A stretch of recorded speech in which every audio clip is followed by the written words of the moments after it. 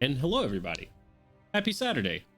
We are Hard Knock Dice. My name is Jonesy, your dungeon master for the evening. And these beautiful people around me are your heroes for the evening and my best friends. Today we are going to continue across Eberron, but before we do, as always, if someone can help me out with an exclamation mark charity in the chat, we are raising money with Extra Life, specifically for the Children's Healthcare of Atlanta. So if you go, you click on that link, you do some good stuff, IRL, and you're a hero. So go do that. Open your hearts and wallets to a really great cause.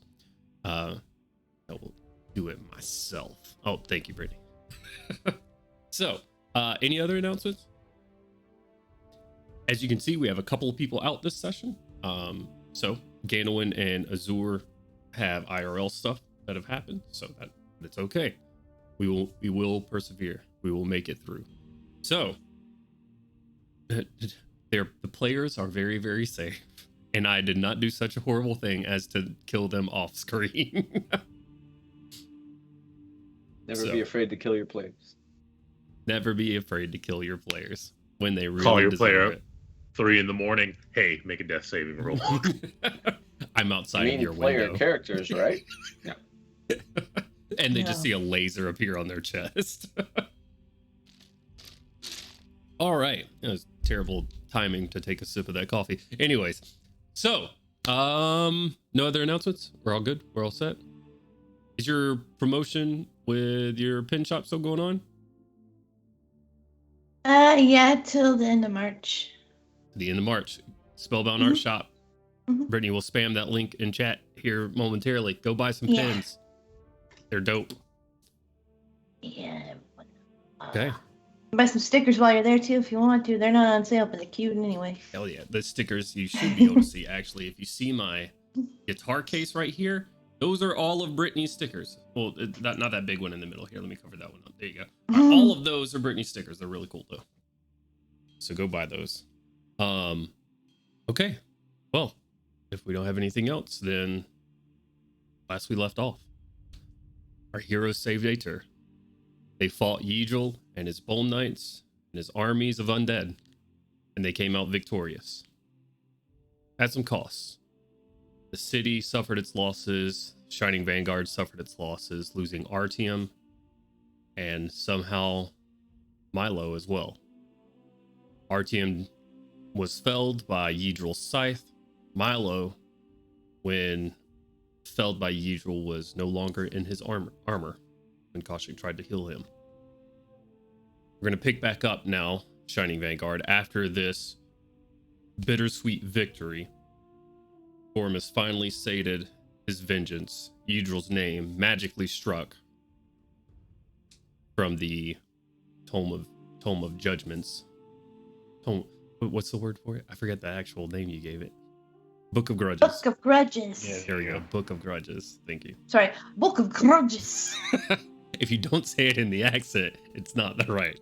It's like in the inflections in other languages that you got to get right. In the Book of Grudges. Magically struck from that. Left off with a lot of the Shining Vanguard trying to cope with what had happened. Losing Milo, losing Artyom, all of this has taken a toll on the party. This happening in the home city of Ganowin, toll on him as well. So, Shining Vanguard, we are going to start with what you guys want to do for the next few days. The only point of direction that you have right now, and if you want to go this way, which I know Ganowin has said he will be going to Korth to accept the invitation of King Caius III and to dine with him at the Heroes Feast in Korth, the capital of Karnath, as a celebration of the heroes of Aether. So that feast is 6 days from now. We are waking up not the day after the event, as you would be sleeping most of that day, considering you fought all through the night when Ygil and his men showed up helping the city. We will wake up the next morning, however, on the day after. So you have about 5 full days. Nilbo says he can get you there in about a day and fly you overnight, so there's no need to leave out early unless you just want to. So, Shining Vanguard, what would you like to do?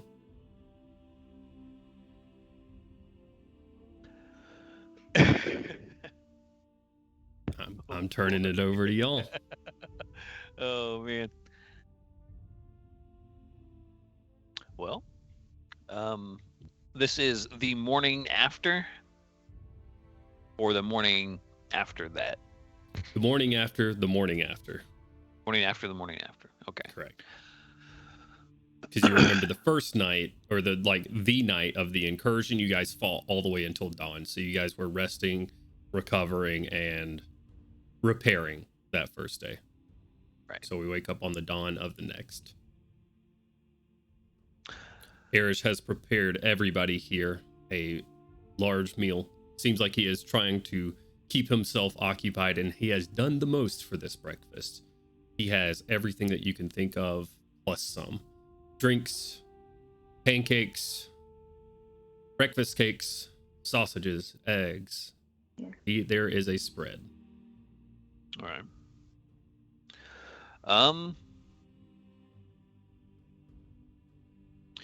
Yeah, I'll definitely dig in and try and take a read on how everyone's feeling.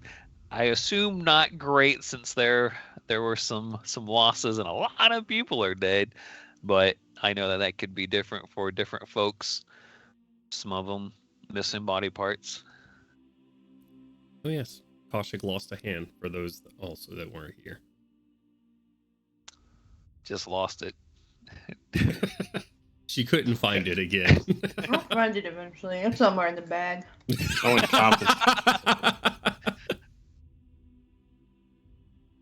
I will say that when you all wake up, Gainwin still has not returned to the airship.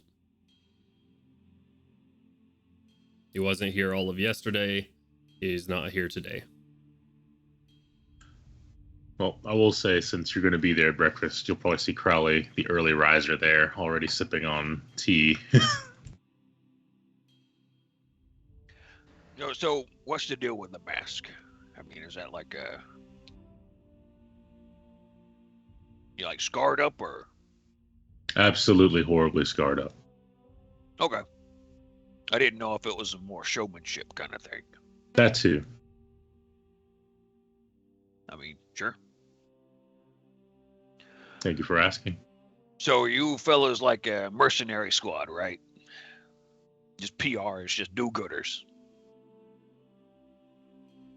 The Crowley will look to the side and then look back, and the mask will be smiling.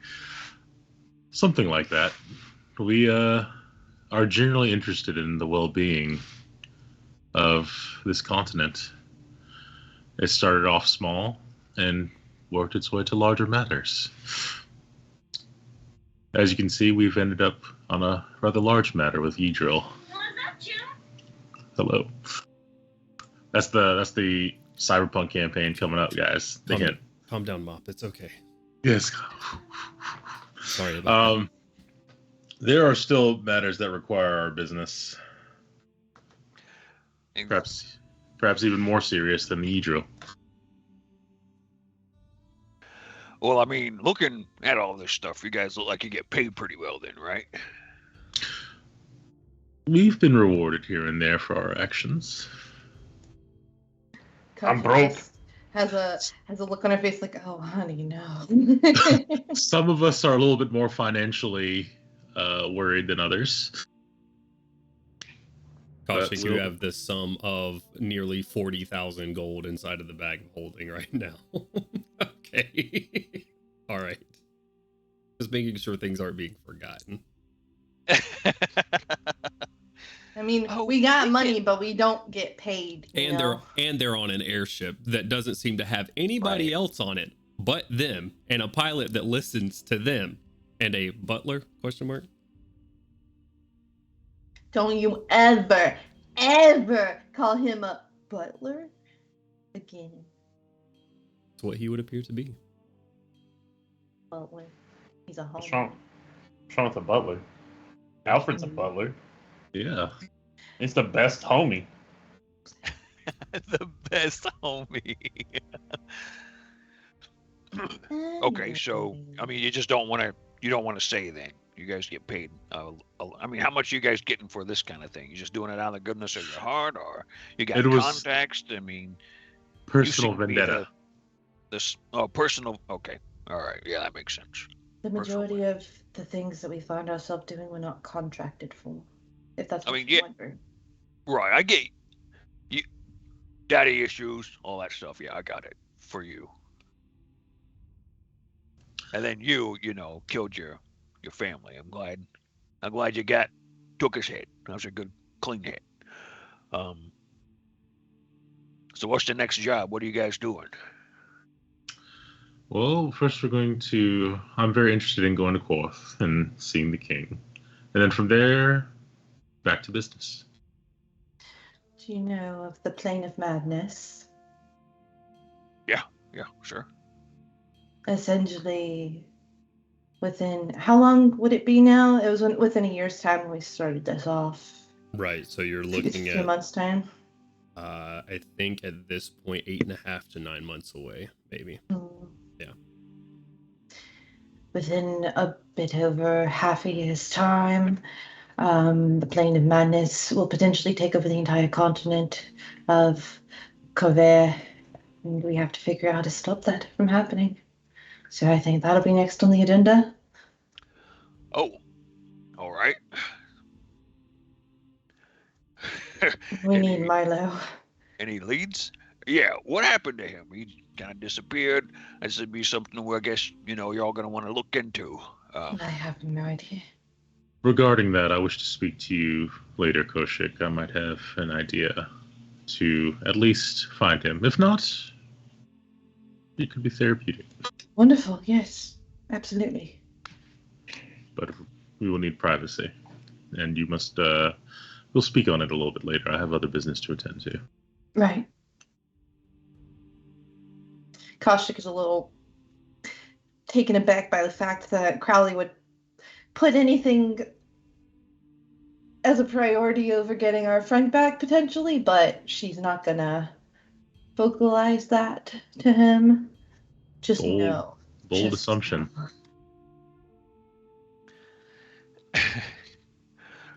All right. Well, we gotta. I mean, I'm not trying to put things on your plate. You got a lot to do. Find your buddy. I get it.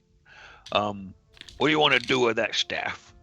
Seems pretty fucking evil. And I don't want to put it in anyone else's hand again, because you know what happened last time that came about. Do we have the name of the staff?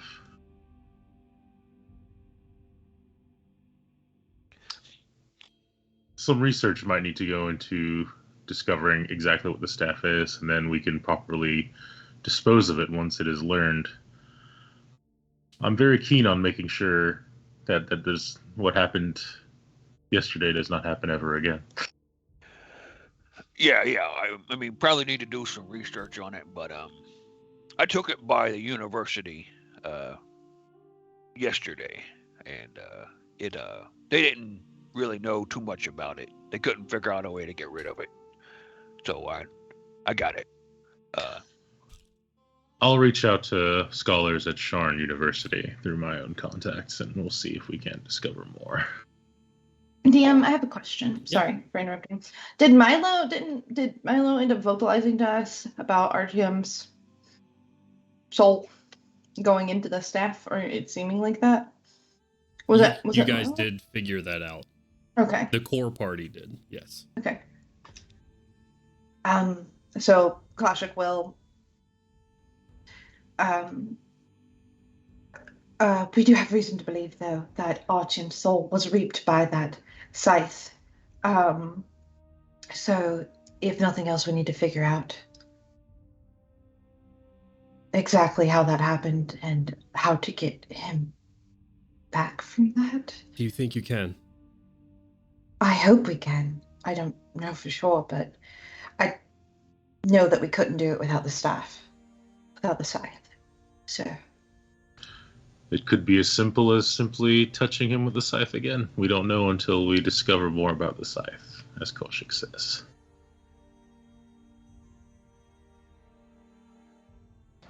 And for that, I think we need to locate Milo.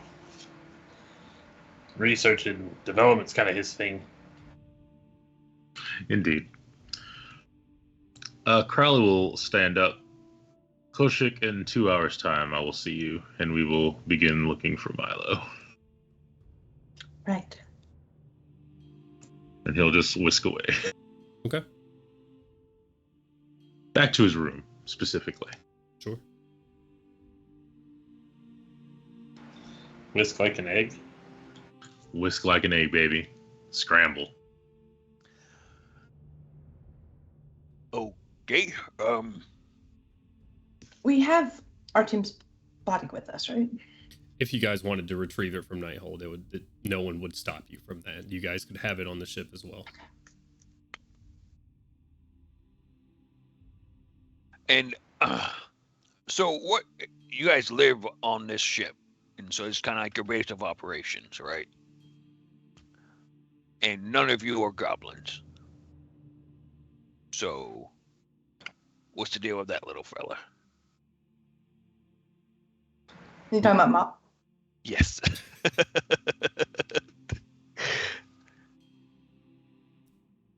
Parrish will speak up. Mop was adopted, in a sense.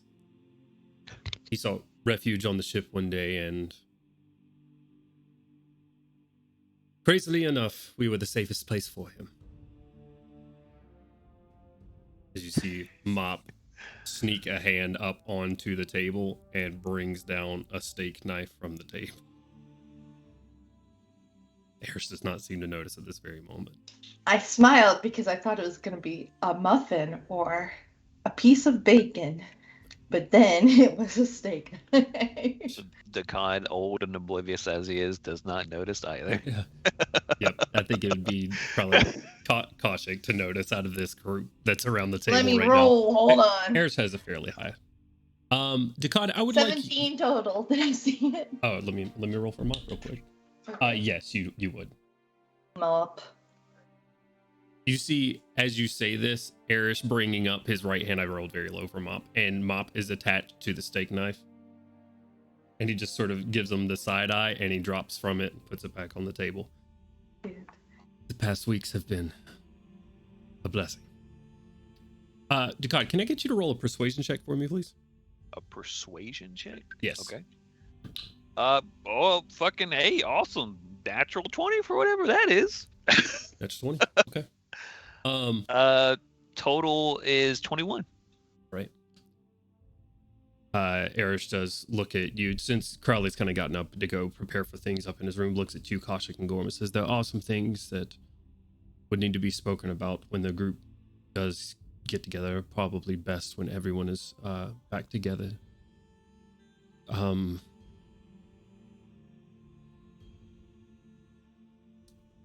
I'm sorry, Mr. Dakad, for all intents and purposes. I have, from what I have heard, you've been a huge boon and a huge help. But I do not know you, and I do not know if I can trust you. And especially with the matters of my family here. So. Oh, yeah, right. Yeah, outsider, I get it. You need a minute to talk things over or something? I mean, I can take this up on the deck or something. More so, I was hoping that you could inform us a little bit about you. Though you've asked a lot of questions, you haven't produced a lot about yourself. So if you would, just an introduction. Oh, I'm the Cod, Jade Fist. I'm a fighter. I've been fighting all my life. Being a champion all about everywhere and every which way. From Zindrik to, Corvair. Having all a little bit. Couple, if they went well, I won. Oh, always do. Try to do good when I can. Try to have more fun than I probably should.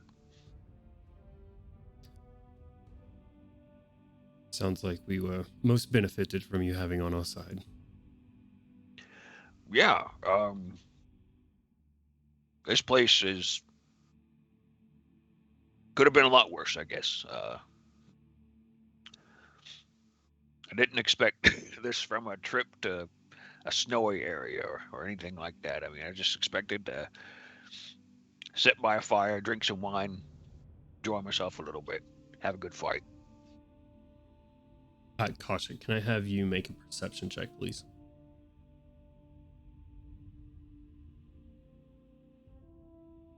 Yes, can I have you make a perception check for Facebook Messenger while I'm doing that? Yep, I just saw that.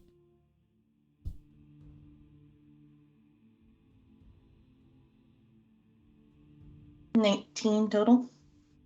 19 total. Okay.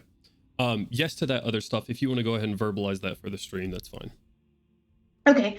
I presumed that we would have taken the opportunity when we first boarded the airship to have retrieved Artem's body to bring it with us, and I would have cast Gentle Repose on his body too. I'll mark that off my spell list today if I need to, in order to preserve his body for us for now, especially knowing that his soul was potentially reaped by the scythe and us having access to that scythe. Okay. You see where this goes. So Right. there you go. Okay. You and Erish are talking. He is just asking questions about your background, Dakad. Really, Kaushik, as this is happening, you feel something go into the bag of holding on your side.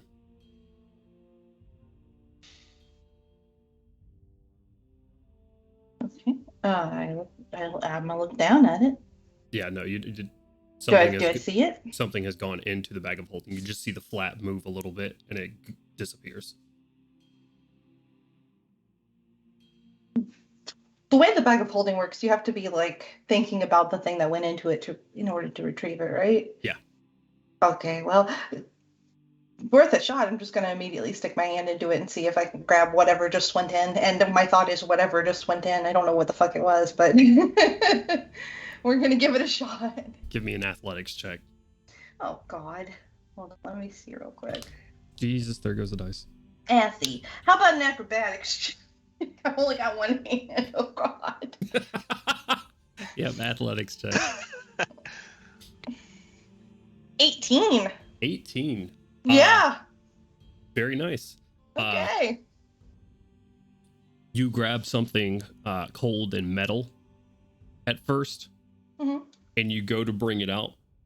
And as you do, the thing that you are grabbing onto also has a hold on to something else. You grab onto, as you pull it out, Milo's drone, holding on to a limp metal arm. A limp metal arm? Mm-hmm. What is going on here? I would like you to please roll another athletics check. God fucking damn it. This isn't going to go as well, I know it. There's no way I'm rolling an 18 or higher. A literal arm wrestling. A 2. The drone, when you grab it by its leg, turns what would be its abdomen towards you, and a little puff of oil sprays out into your eyes, causing you to let go, and it flies away with the arm and downstairs. Does this drone have a name that we've discussed? I think we've always called it the drone. There was an update. Okay, so I'll say it like this for consistency's sake for anybody watching the episodes back. There was a point where it could speak on its own and I think he produced the name at a table in Passage a long time ago, but they nerfed the drone in between that episode and the release of Tasha's, so it could no longer speak on its own. So no. There were a lot of things. It lost its ability to speak, the telepathic connection was lost, and a couple other things. Is that the ghost? Kaushik is immediately going to take off after it, while wiping the oil from her face. Okay. She's going to go, hey! Start running. Sure. You chase. What in the world? That's so happy. No. None of that. We can't have happy here. Do you know where you are? This is hard knock dice. That's so. Where's the middle ground here? I gotta find some middle ground. Oh my god. Okay, sure. We're gonna go in between happy and horrible. Apparently, you chase after the drone downstairs, and you see it flying around with this robotic or this like metal limp arm, and it flies around the corner and disappears into Milo's lab. Into the lab I go, unless it's locked. You round the corner, you see what looks like hanging up some amalgamation of wood and metal and gears, cogs and wiring, all into the form of a humanoid body, which the drone promptly flies the arm over to this, and you just hear the funk connection of the arm to the torso. And then the drone grabs onto a book that is on the shelf, one of the workbenches, and flies it over to your hands and drops it off into your arms. Oh shit. Okay. What does the book cover say? Anything? Does it have a title? Does it have a titled book? How to Train Your Dragon? That's not a sponsor. That's funny. But no. There's no cover on it, but the quick flip through would quickly reveal it as one of Milo's journals. Okay. I'm going to acknowledge the drone again. He is frantically flying around the room, grabbing different parts and pieces and like attaching it in one way or another to this frame.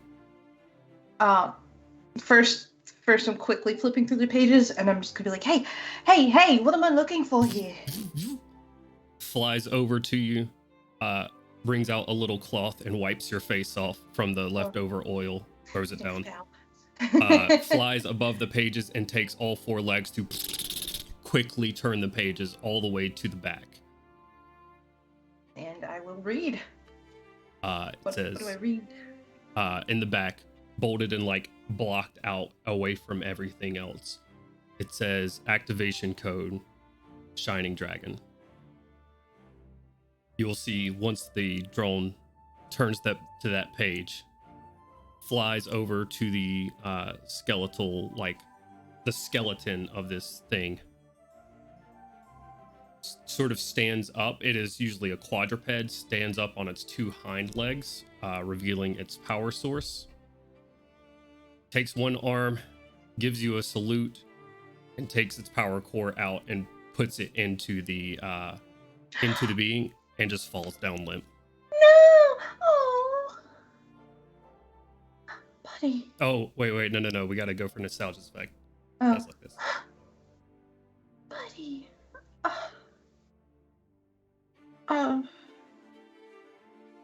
I'm gonna go investigate the mass that it just put its power core into, I guess. I'm gonna go look at it and Sure. see what's going on. It's humanoid, right? It's human shaped. Yeah, 2 legs, 2 arms, and a head. That's all? No torso? No torso. Yes, there's a torso to it. It's MODOK? There's 2 legs, 2 arms, and a head. And a little chair.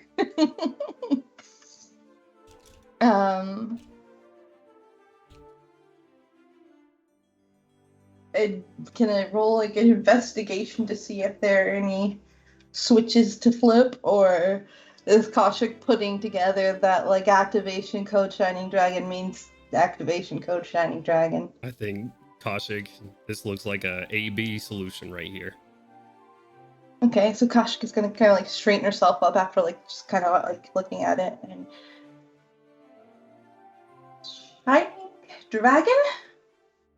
Otto, if you would like to describe yourself and your new character, please. The Hell yeah. metal and wood skeleton filled with gears and pistons and cogs hanging from the mount on the wall. The eye sockets flicker a few times, then shine yellow. And with a clang, clang, clang, clang, clang, clang, clang, clang, tilts its head up to look you in the face. Clank, dismounts off the wall. Clank, other dismount, stands, slowly straightens itself out. Hello, I am Automated Weapons Platform Mark III, but you can call me Otto. You must be Aunt Koshik. Hi, Otto. Yes, that's me. Koshik, just Koshik. Nice to meet you. Reaches out a skeletal hand. Enthusiastically shaking your hand.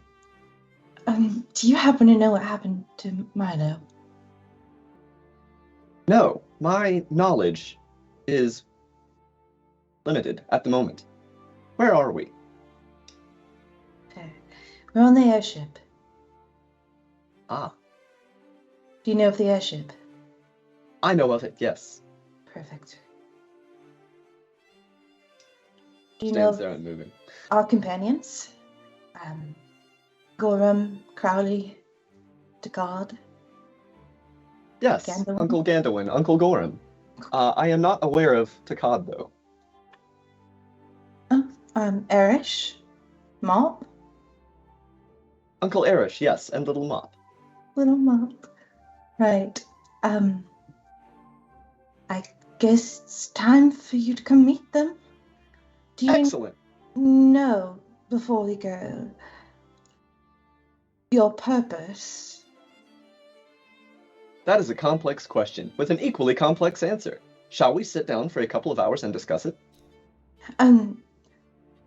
Let's go meet everyone first. Excellent. We can discuss it as a group. And I'll lead him up the stairs of the airship, and we'll... Clank, clank, clank, clank, clank. Guys? And as we approach, this is Otto.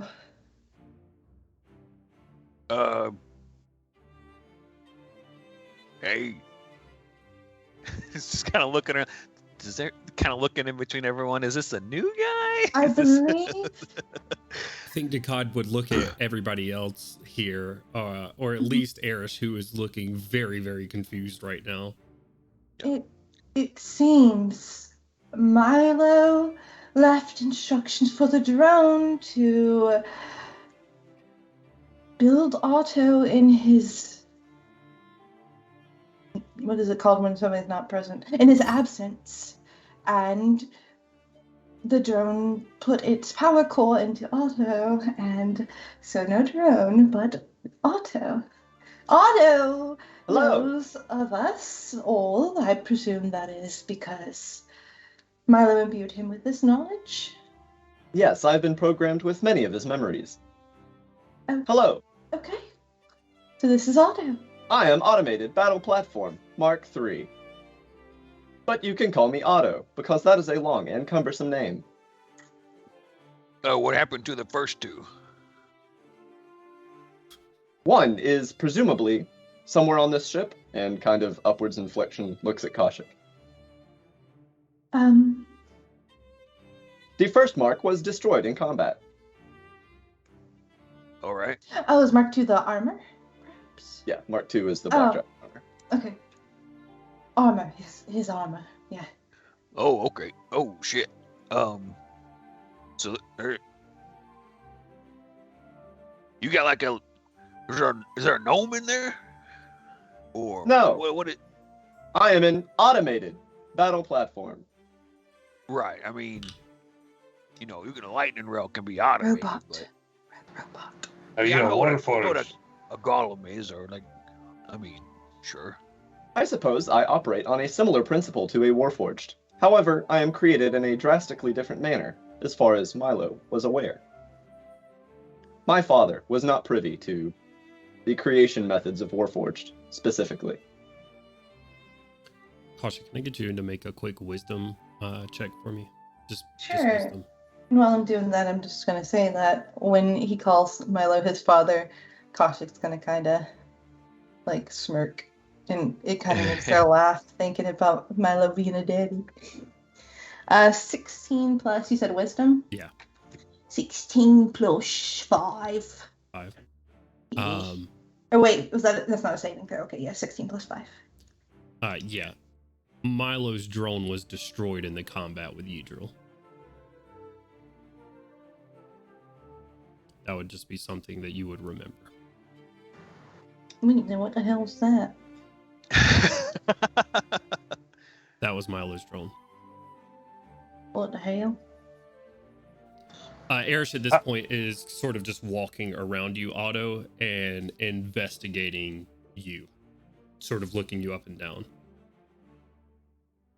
Uncle Erish, can I help you with anything? Or answer any questions you may have? What kind of stuff can you do? Most of my capabilities are destructive. Nice. That tracks, I think, with... Yes. Well, all right, Junior. Let's see him. Come on. God, let's go. Really I'm quickly. gonna grab Otto. I'm just shuffling Otto to the bean.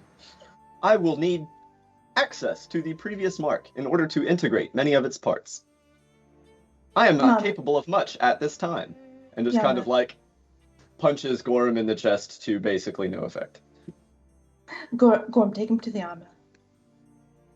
And All then right, come on. I'm gonna, as we're all like being shuffled off, I'm gonna grab Erish's shoulder real quick and pull him back, be like, Erish, can you put the soundtell code in the chat? That was good. Okay, you get inspiration, Brittany. Take it. That was good. Thank you.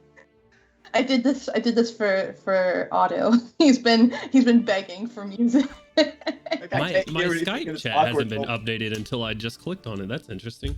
There you go. I copied the code and everything. I crave music. It's Skype in silence. He asked like 3 times, and I'm like, he needs the like the fucking integration. He needs to be in there. He needs to feel like.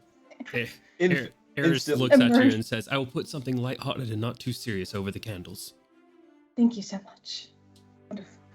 All right, so I'll lead Otto to Milo's armor. Yeah. Brilliant.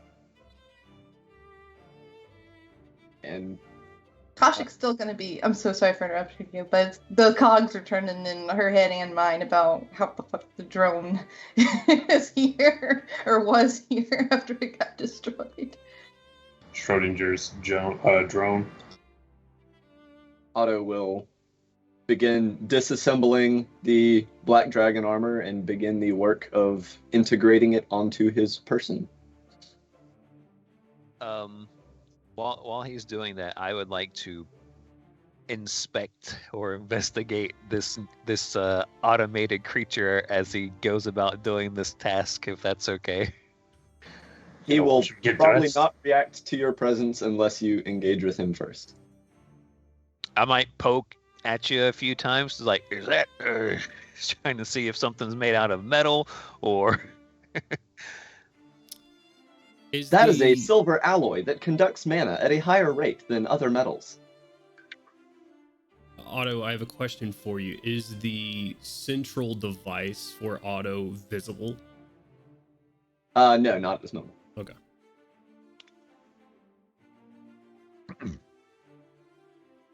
You're muted. But like the glow from within probably would be like through cracks and stuff. It's not like a airtight seal or anything. Right. Okay. So, I mean, if you want to give me a quick Arcana check there, Picard. All right.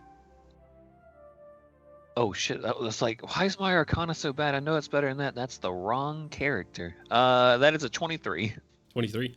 A lot of the components that you're seeing and that Otto's describing to you as you're walking around, a lot of them are very, very similar to what you would find in a Warforged. Okay. The part that I'm looking for the most is what he is made up of. Essentially, does he have an organic base at all? Is there, because Warforged have the wooden parts to him or anything like that, or is he completely synthetic through You and will through? see no flesh or organs of any kind, no bone, nothing. So no wood. And there's probably like wooden components here and there, but not like a Yeah, wooden significant chassis. portion. Yeah, right. Okay. So definitely super different than a Warforged thing. Gotcha. Is featuring lots of fun little steampunky clockwork parts. All right. You didn't have to change her background at all. Phenomenal. Cogs, we in there. All right. I am gonna ask Otto though on the low if I can get close to him without anybody else hearing. Otto, I have a question. Yes, Aunt Koshik, what can I do for you?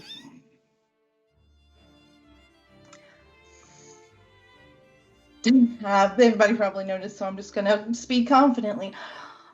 Otto, does your activation word also deactivate you? No. Perfect. Do you have a deactivation word? I do not. Good. I was originally restricted by a great many of protocols. However, for whatever reason, most of them seem to be inactive. What kind I of am unsure protocols as to did you why. have? Oh, okay. That makes Koshik very uncomfortable. You got like any rules you gotta follow? Christ. Or anything like that? My love's dead. Some. What are they? Oh, sorry. He's got to pull out his manual. Deception like, check. get bent, green man. Why are you asking about my restrictive protocols, and which ones are and are not currently active? I will say that I am not currently under any strict restrictions. In general, I should choose diplomacy over violence. That's good. But should violence become necessary, I should destroy everything. Really not everything. That's a little overboard. Let's not do that. Everything that is a threat. Yeah, there you go. If we're out at the bean right now, I would like to ask, do you understand the concept of training and non-lethal force? I possess several non-lethal weapons of disposing of a threat. Do you understand the concept of training or scrapping or fighting for fun? Sparring. Sparring, yes, you understand? Also, scrimmage. Yes. So if one of us wanted to scrimmage with you, you understand that you're not actually trying to hurt or kill us, correct? Yes, also, several of my integrated weapons should not be used on this ship. It would be ill-advised. Wonderful. He does not get that from his father.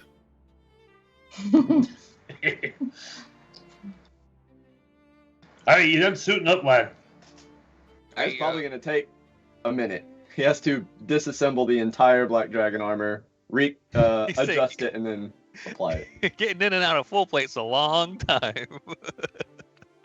It's more than that. He's basically having to take... Yeah, okay.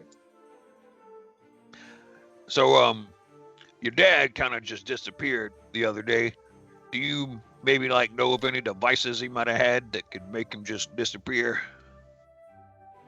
I will look back through his notes. Could one of you inform me as to the circumstances of his disappearance? Dire situation, big fight. Was it a conflict with Edril? Yeah, he's dead now. You know. Yes. Excellent. Everyone like that. Pretty much, yeah.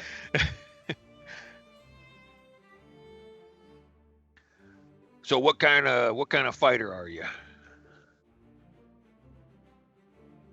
He will kind of gesture at Milo's bolter. Many projectile weapons, utilizing magic as a base, although some involve a level of physical weapon integration. Look out, he's got a gun. Gotta stay strapped to these streets. Otto, you said that you were imbued with several of Milo's memories, correct? That was an oversimplification. I have been filled with every bit of knowledge he had that he wished for me to have, up to the last bit of maintenance. Jonesy, correct me if I'm wrong. The last time Milo worked on this project was on the island right before they caught up with what's his bucket in the fortress, right? Yep. Yeah. So yeah, Otto will fill you in that that was his last update was on the island in the cold and dark. Okay.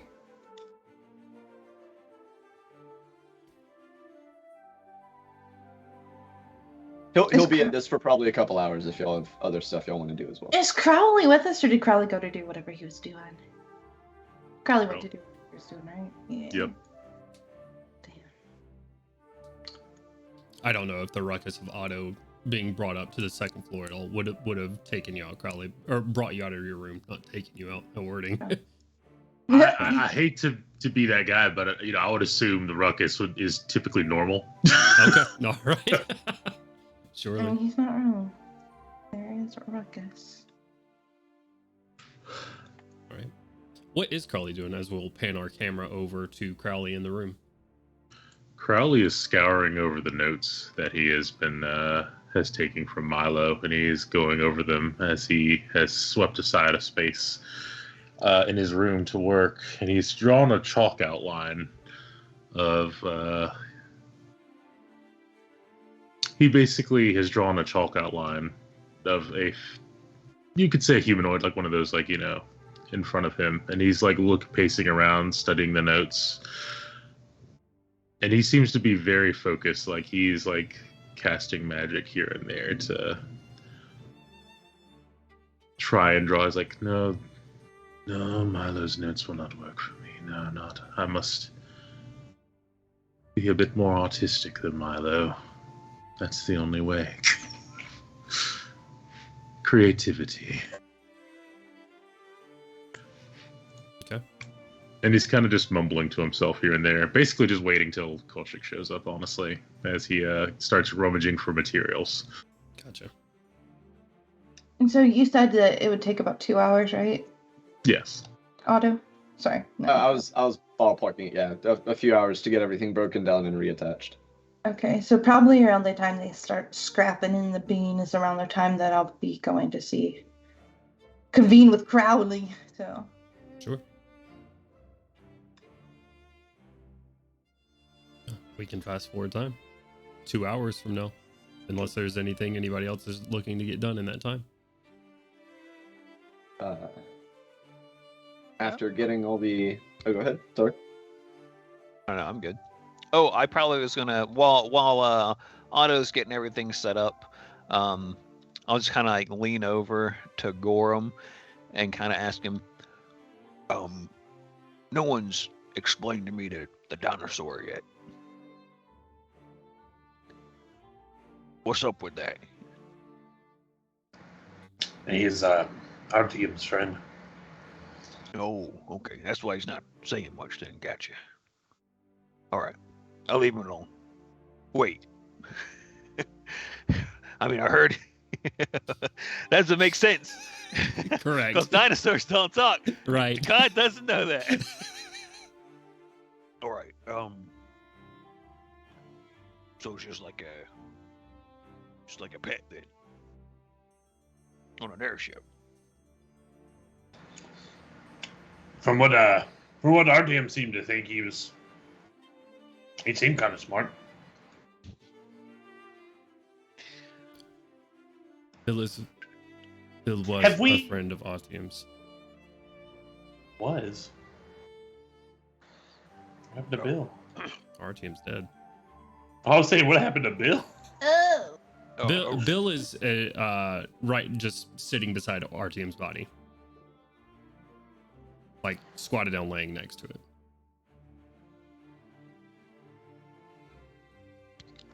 This is really happy music for that statement.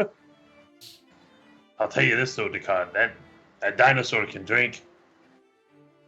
What you mean? He outdrank me and my brother.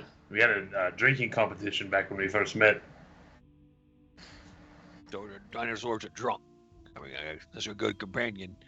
You got to drink a dinosaur, you can probably get into a lot of situations. It's pretty impressive. So this Artyom guy, does he just look like work at a carnival or something? He's got drinking dinosaurs and all kinds of weird shit like that. Nah, he was when we met him, he was working with Crowley. You can transform into all kinds of animals. I particularly liked the frogs, but he only did that once or twice. Okay.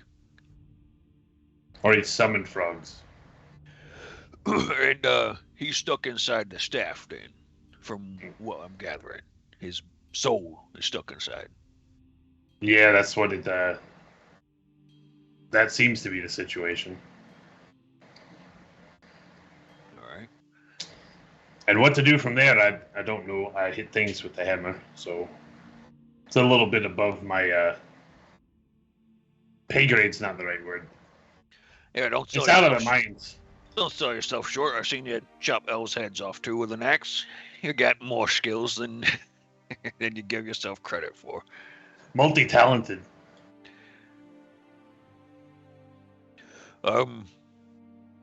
Okay, so yeah, all right. Well, what is a bean on the ship? That was my other question. Well, I think you'd like this. It's kind of like an arena. Look, and I'll gesture towards it. Behold, the bean. Oh, is he getting strapped on the deck of the ship? I thought we were down in Milo's lab. Yeah. If you guys are having the conversation near Otto, it's down in Milo's lab. Okay. But if Gorm could take you up there, and it's very much a lopsided painted circle. Yeah, that's a fucking bean, all right. Gandalf's handiwork that. Okay, so Gandalf's the human then. Yeah, scrappy fella. Yeah. I got his Oh. name. Gandalf's the human, and Kaushik is the woman. You got it. The woman. Right, and Milo disappeared. Aye. And the service that guy that's over there has been really quiet the past day. Right. Okay. That's nice. And Crowley, masked man, horrible scars and stuff. He said That's- it, not me. That's what he says. I've never seen his face. Right. So you guys go around hunting down warmongering elves and now are trying to save the world then. Well, that's kind of my thing. I got this whole book. Show him the book. And wrongs done against my family. Yeah. So that's one checked off. Pretty big one, if you ask me. I was there. Yeah, I'd say it's a pretty big one. I mean, I know Yeah. y'all folk got a book of grudges, but you guys have a book of favors, like a reverse grudge. Maybe you could get everyone in the city to sign it or something like that. I don't believe we have one of those. Might be worth looking into, though. You never know.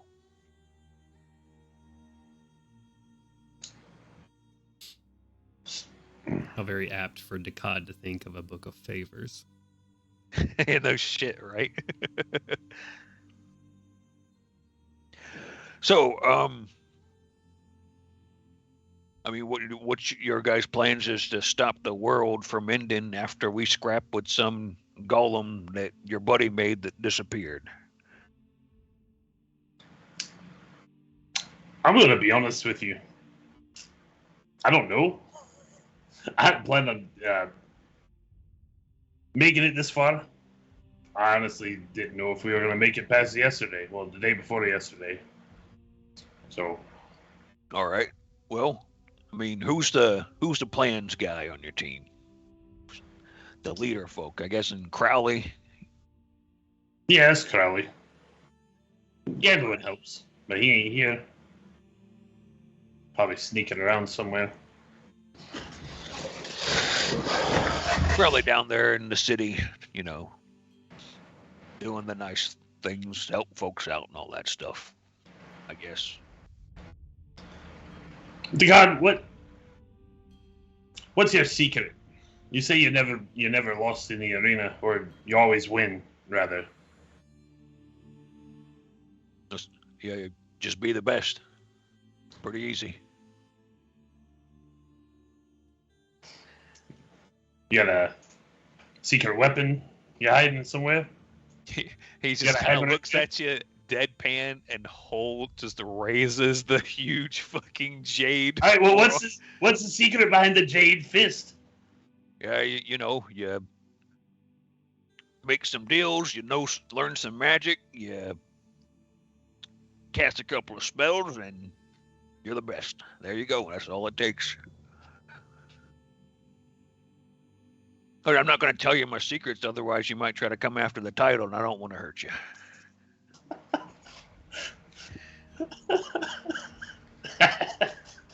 Oh.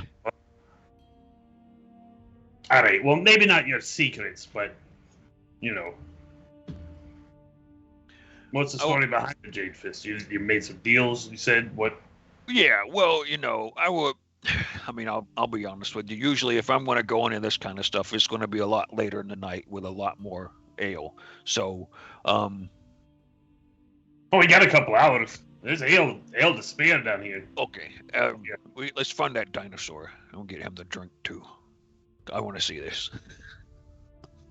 I guess here comes the question. Is for where you would find Bill is where you would have laid Artyom. And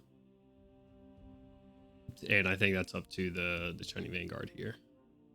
Probably in his room. In his room? Okay, so in that case, if you would have put Artyom in his room, you have Bill's head pretty much inside of the room with Artyom, and the rest of the hallway is taken up by his body as he lays across the entire hallway. That's sad. Erish will speak up and say, Bill may not be in the drinking mood. I've had a hard time he hasn't eaten anything. Did you offer him booze? The god still doesn't know that Bill's fucking sentient. You guys haven't fucking spelled it out to him. Nope. So if we're walking down the hallway, I'll probably just slap his fucking tail and be, come on, boy. Let's cheer you up a little bit. It's just like he's, you know, a sad animal.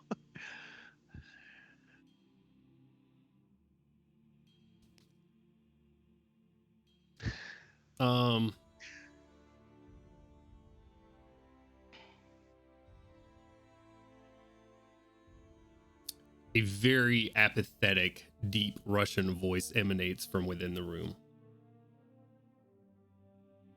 Please leave me alone. Oh, sorry. Not you, the dinosaur. Whoever's in the room there. Oh, that's him. What's him? Come on, Bill. Let's drink. It's Artyom. Give me a persuasion check at disadvantage. Oh shit! You're a paladin. You got charisma for days, right?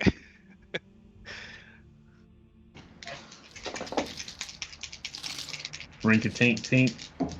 Roll it in the brink. Yes, sir. 12. 12 total. Total. I rolled a 17 and a 3. You hear, no, thank you.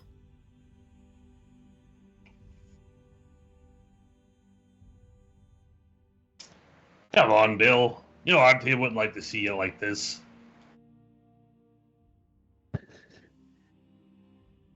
He'd be the first one pouring alcohol down your gullet.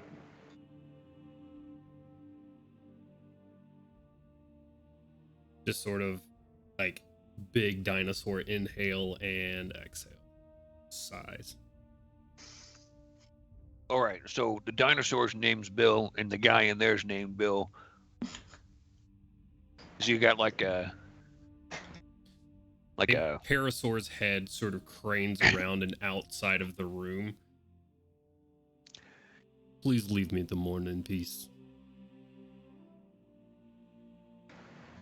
Thank you. Yeah, that's Bill. All right. Sorry. Give him a pat on the back. Apologies. You'll be all right, lad. For touching you that way. Sorry. Gonna go down the hallway. I'm gonna lean down the gorm and be like, I didn't know that he could talk and that he seemed to not be just a pet. The dead giveaway after you sort of take a second look with your 9 wisdom. Yeah. With your 9 wisdom, this dinosaur is wearing pants. Oh shit. The largest of pants.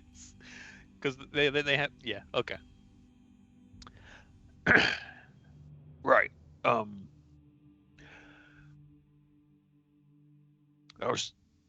You could explain that better in the future. It's dark in here. I got bad eyes. I didn't see he had pants on until. You want to talk about bad eyes? You're talking to the wrong dwarf. Barely freaking see, man. But it was funny. Yeah, maybe, but I don't think Bill appreciated it. It's fair. So it was like Artyom, like a friend of his or something. So he said that he was mourning him. They were all buddy. Yeah, you could say that. I think Artyom's the one who made him smart as he is. Oh. Okay. So like a druid then, shape-shifting and casting spells and stuff. Good with animals. So the garden on the front of the boat probably that kind of. Yeah, that was him too. Yeah. Well, actually, Artyom took part of his brain and put it in the dinosaur. Okay. That sounds weird, but sure. It's a joke. Well, there are certain like simulacrum, where you have to take a portion of yourself and put inside of the. It was a joke. Okay. Something in your fist? Is that what's going on there? Yeah. The rest of my nub. I'll crack you open one day. I'm gonna figure out what's going on. I'm trying to get lubricated, so I'll spill my guts to you. It'll be like a sad story. Okay, it's not really a sad story. It's full of glory and cool stuff. Where's all the alcohol at if we're not drinking with the dinosaur? Come on. Mosey on down to Alcohol Town. Sure. Harris will gladly pour up some pints for you guys.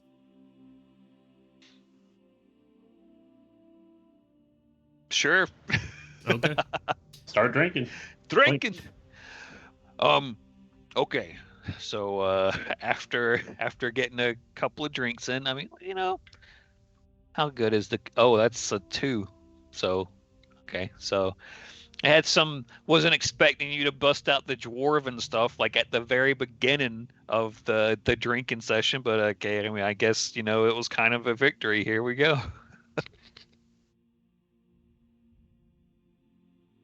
God passes out on the table. No. I rolled a 5 on a Constitution saving throw total. Nice. So, all right. So anyway, I grew up, in a kind of a warrior area. People want to fight, prove themselves. It's a very, very martial society, and I was kind of a run of the litter. So I decided, you know what I'm going to do? I'm going to fight smarter. I'm going to figure out some ways to be better. And I found out that I'm pretty damn good at magic once you apply your brain to something more than sharpening an axe to make it cleave better. So, started learning some spells, learning some magic, kicking some ass. Crossed the wrong guy one day. They decided that they were going to teach me a lesson for having a fight not go the way it was supposed to go, and they chopped my arm off. So I made, long story short, I found some folks and helped them get another hand and got some revenge on them, and vowed to be a champion from then on out. Well, a little bit, less of an asshole, but only a little bit less of an asshole. And here I am. Many moons later, still a champion and an asshole. A green hand. He helped Kaushik get a new hand. Sure. She doesn't want one like mine, though. It comes with some baggage. We can get all kinds of different hands for her, but I needed, at the time, I was in the swamps. They don't really have too many places to where you can get replacements there. And I wasn't at the level of such sophisticated magic to where I could, regenerate or reproduce one to use temporarily as my own. And I used magic mostly coming out of the right side of my body at the time, so it really stifled me with martial and magical means. So, yeah. Bad situation, but I'm past it now. Better than ever.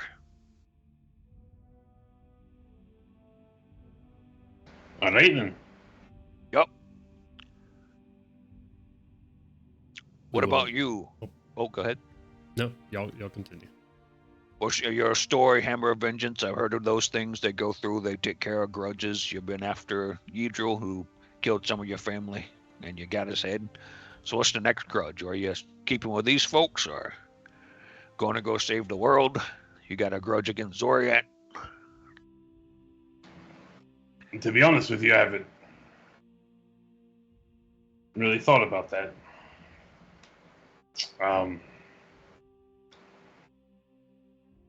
I suppose for now I could, we do have some unfinished business. And the Zodiac thing, children disappearing. There's a whole thing. Children disappearing? Yeah, you don't know? I can't say I keep my finger on the pulse of children disappearings. No. Gotta help the people, man. I entertain the people. It's a great service. Well, anyway, kids have been disappearing. And that's part of what we were looking into. They put their souls in crystals that explain. Milo could explain it better, but that doesn't help us now. Maybe Otto would know. But maybe. Long story short, we blew some shit up and then ended up in Zodiac. You know, in Zoriat. So you guys are Sort of. kind of got some issues then. I'm fine. So you're as crazy as you. Okay. All right. What? I'm fine. What are you Sure. talking about? Sure. Yeah. I don't have any trauma at all. I mean, it just makes sense why you guys would decide to, go into a flying fortress and do all the things you did the other night. If you're batshit crazy. Well, you know better. I am also the best, so I mean, any place I'm at, it's just a place where other people are going to lose. The grand arena of life, I'm at the top. You think very highly of yourself, don't you? Well, I mean, it's not really my fault. When you're the best, it's just kind of how it is. So the COD fan club is... You're the president? No, not at all. Fans can be hassle sometimes. I'm kind of glad that I don't have so many of them trying to swarm me from place to place, especially not in this colder regions where I'm not well known. Much bigger on the west coast than the east.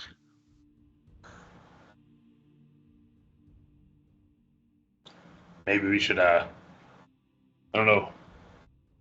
Apparently, I need to travel more on the west side of the world. Sure. I mean, you've got an airship and go wherever you want. You got 6 months till the world ends, right? So live it up.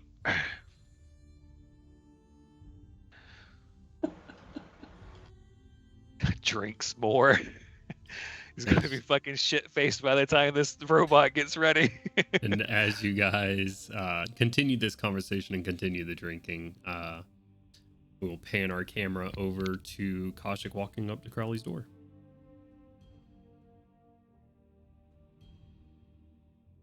Crowley?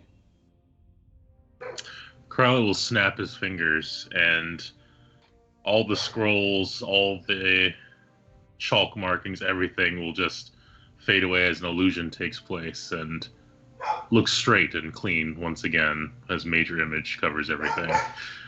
And please enter, Koshik. I shall enter. Okay. Please have a seat. Has a seat.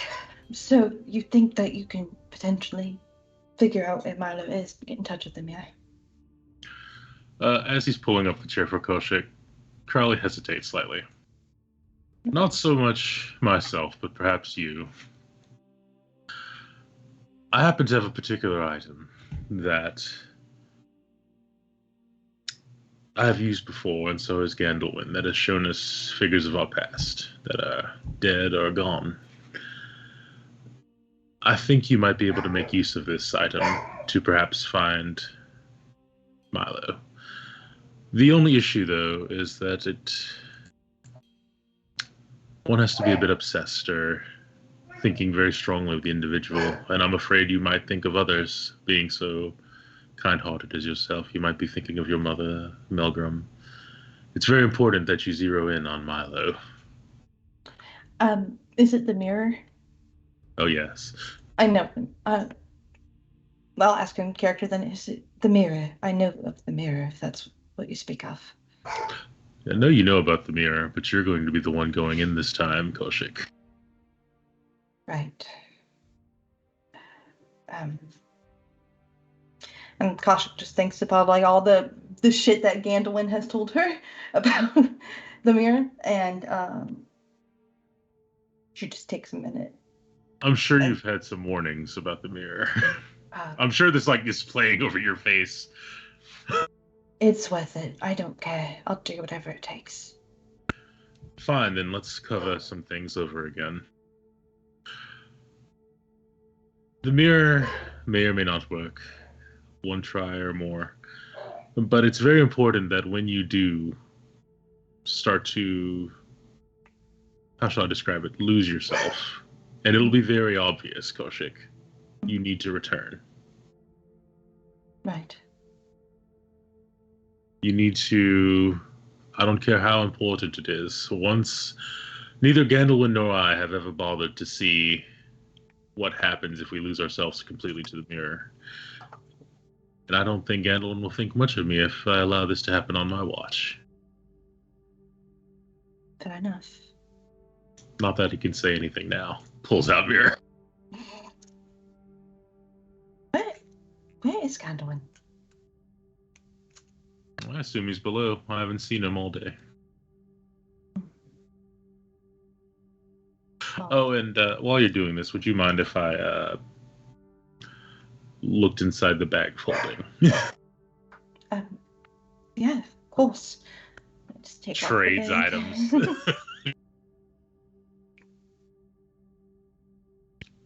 So when should we do this? Now, do you think? Yes, please take a moment, look into the mirror, and just concentrate as best you can on Milo. Okay. Do I need to make a roll for this? And if I do, can I make an argument toward giving myself advantage for it? Argue away. Don't forget you also have inspiration. I do, but if I don't need to use that, well, it probably goes away. But this is my argument, right? Milo is literally Kaushik's best friend. Mm-hmm. He is disappeared into nothingness, and I think it would not be difficult for Kaushik to concentrate on Milo. I'll give you advantage for it. Thank you. Oh no, my paper. Okay, what am I rolling? You were rolling a wisdom check. Wizzy? Correct. I get to Wizzy. That's good. I get +5 to Wizzy. Yep. Well, the first one was a nat 1, so we're just gonna. Advantage. Not that good of a friend, I guess. Okay, that one is a 7. I thought it was a nat 1 again, but it's a 7. So 13. If I can 12. Math 12. is hard. So I'm gonna roll my inspiration die, which is a D10. Well, did you give her bardic inspiration? No, she's thinking that Okay. that inspiration. So the inspiration that comes from the DM, you get to roll another dice. So another D20 if you would like to use it. Okay, But yeah. I do intend to give her inspiration though before Okay. she fully loses consciousness. There you go. So you do ahead. have a D10. Okay, so I'll just do that one then instead. What did I have? A 12? Ooh, or should I roll the... Ooh. I'll do the D10. Wish me luck. It's okay. I got 5. 15 total. 15 total. Yeah. Kasha, because you stare at the mirror, looking back into your own amber golden eyes, you sort of start to disassociate for a moment, and for one moment you're looking into the mirror, your mouth just sort of slightly goes agape, and one moment where you were just sitting in the room with Crowley, you are no more. You're sitting, rather standing, in a infinite black expanse, your feet resting on a floor that you can't see with the exception of a thin fog on the ground. You look around you, concentrating with the image of Milo in your head, and there is nothing.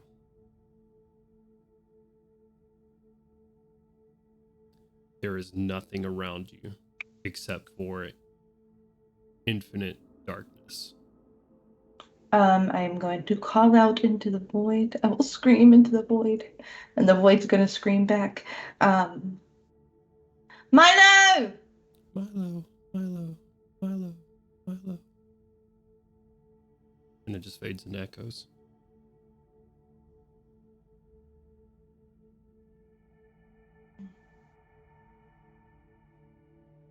Is there anyone here? Anyone here? Here? Here?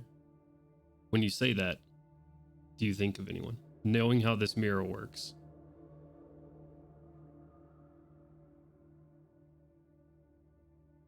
No, I'm just thinking. I'm just trying to focus on Milo. Kasha remembered what Crowley told her, and is to keep singularly focused. And so she's putting all of her willpower into keeping singularly focused on Milo. Mm-hmm. And that would work for as long as you kept focus on Milo. Mm-hmm. And then you call out for anyone else. Oh. And that's not on Milo. So if you have no one in your mind, Kaushik, I'm going to ask you. Mm-hmm. High or low?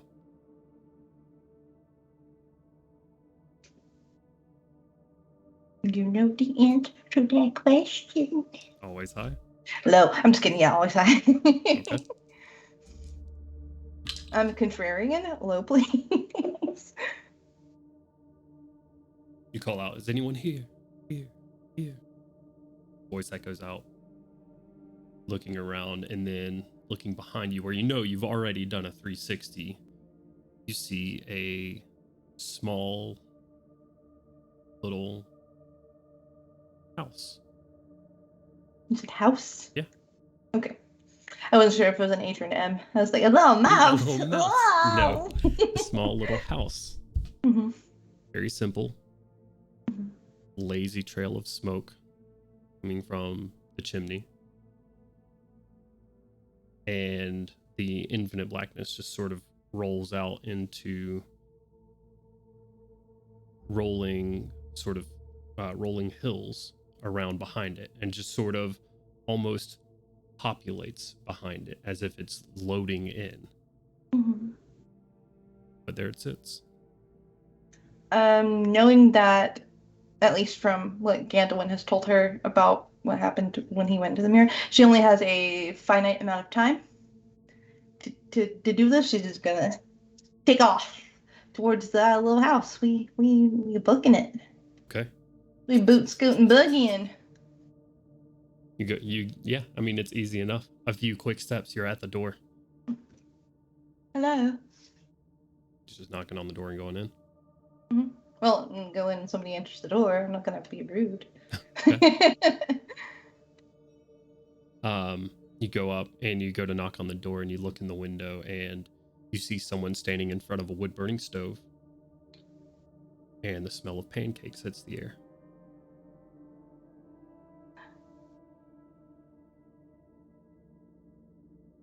You look inside, see someone standing in front of a wood burning stove, and you see opposite of her, standing in front of like a small kitchen island up on a stool, a small little figure in a red cape.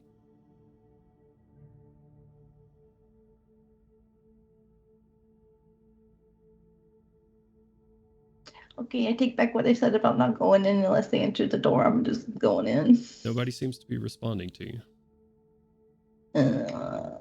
In I go. Hungry. That's the door. You walk in. You hear light humming coming from the individual in front of the stove.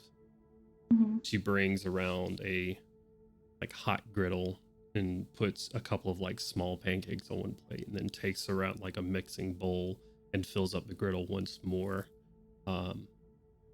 You see yourself as a child standing there in front as your mom is just sort of doing almost a dance around in the kitchen. Can you give me an insight check, please? Yeah. Okay. Insight. Plus 10. Good God. 21 total. 21. Very nice.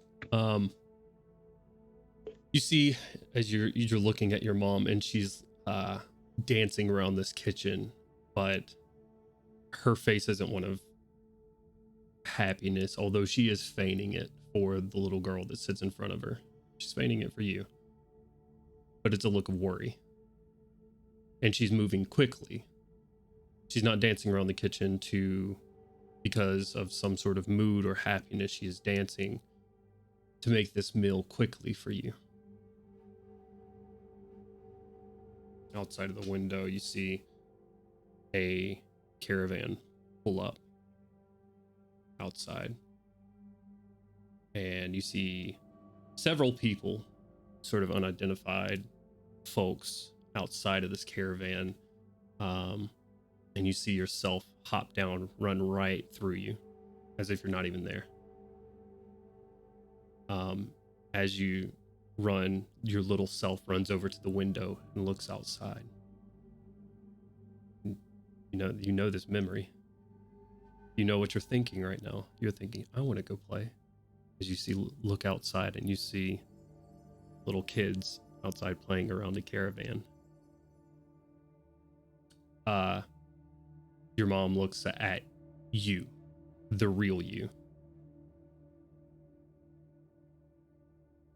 Gives you a slightly sad smile as the door swings open. And you see Yidril there.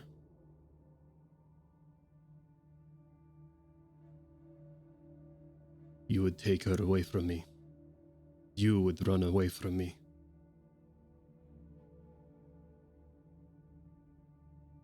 Your mother finally breaks eye contact with you after a tear runs down one cheek. She looks at Yidril.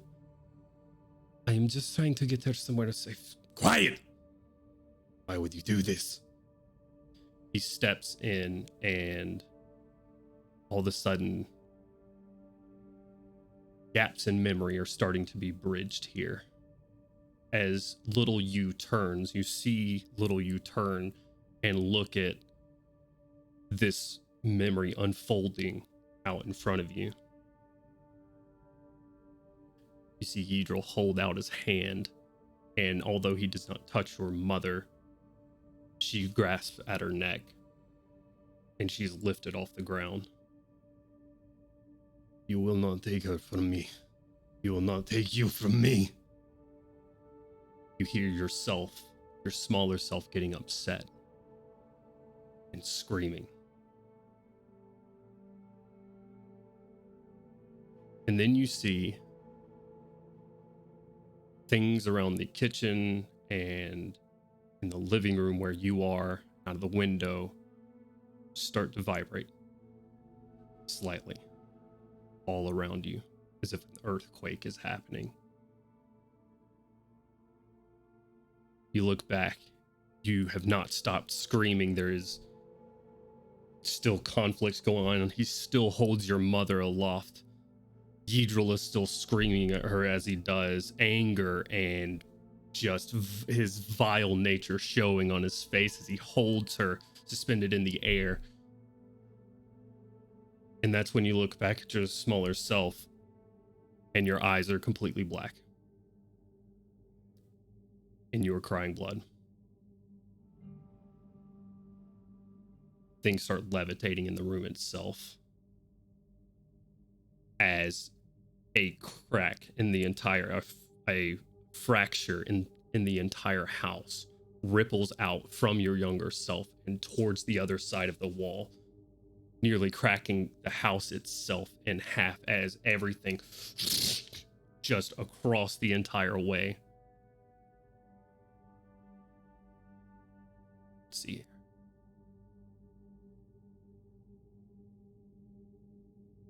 Can't find what I want. And after dust and everything else settles, you see yourself holding out your hands, blood pouring from your nose. You're still screaming at this point. All it is just background noise, almost deafening. Everything that you were holding your hands out to as a kid is destroyed. Yidril lies flat on his back across the room, looking at you in fear. And your mother lays motionless on the ground. As you run over to her, the black clearing from your eyes, you see on your arm, the dragon mark on your arm, start fading away from your young arm as you go and you grab onto your mother. Yidril, after a few moments, and you're screaming and crying, holding onto your mother, Yidril grabs you, your younger self, ripping you out of her arms. Well, her out of your arms. She lays lifeless on the ground. And he walks out.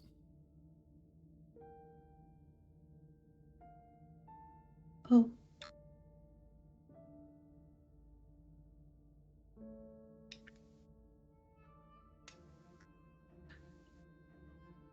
What did I do?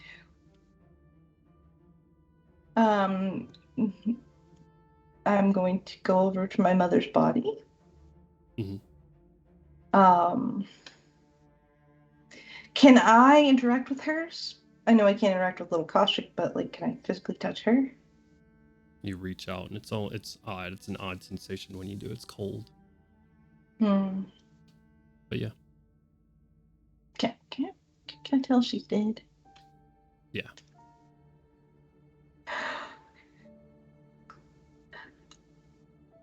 I did this. I killed you. Kashik, I need you to make a wisdom saving throw. And we do saving plus 10, so 14. 14. Yes. Crowley, Kashik in front of you starts bleeding from the nose and ears. Crowley's going to loop forward, and then he's going to cast inspiration on her again.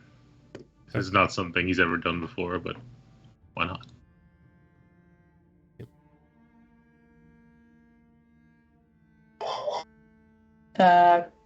Koshik's just gonna be fucking sobbing. As you are, the lights around you here. It was almost as if you were in that day again. It was a bright, sunny day, but the light the atmosphere itself gets more and more dim. And you feel yourself get a little bit colder. And you think that this is just the moment that you need to be in. Someone kneels right beside you. See a more ethereal, translucent version of your mother kneeling beside you. I did not want you to see this, but you had to. You needed to know.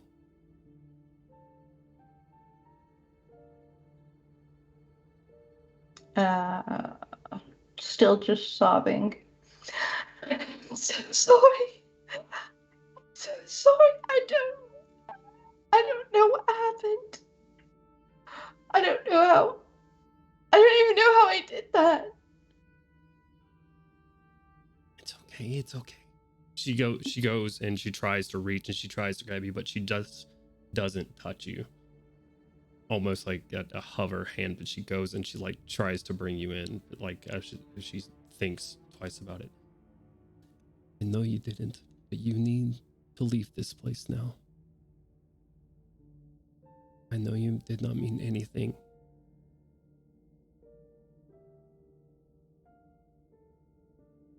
It's okay. Deidre caused this, not you. You were a child, and you had no idea. But I needed to know. I needed you to know that you are so special, more than you realize. Still sobbing. She's at this point just ghostly tears. I love you so much. I'm so sorry. No. You freed me.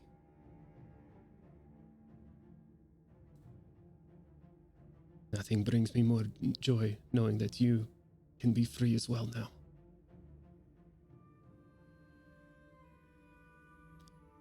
Kashik, you need to leave. I need you to make another wisdom saving throw for me, please. 28. Holy shit. Okay. 28. The lights around you get a little bit more dim. And the apathy that just fills you makes you want to stay here. It makes you want to just lay here beside her. But you know that you need to leave. Otherwise, this is where you're going to be. If she's still like hovering, I'm kind of gonna lean into it and try to give her one last embrace, and then boot scoot and boogie back the way I came. You reach out, and it's just the slightest sort of resistance as you do. And just look directly into her eyes before I leave. I love you. And then turn around and go. Zoom. You see the mirror once more with a 28. You will yourself back out of the mirror. Taking a deep breath in. Blood everywhere. Method acting. I love it. And I'll say you probably see Crowley kneeling beside you, just whispering, like, positive, like, you know the path. This is not real.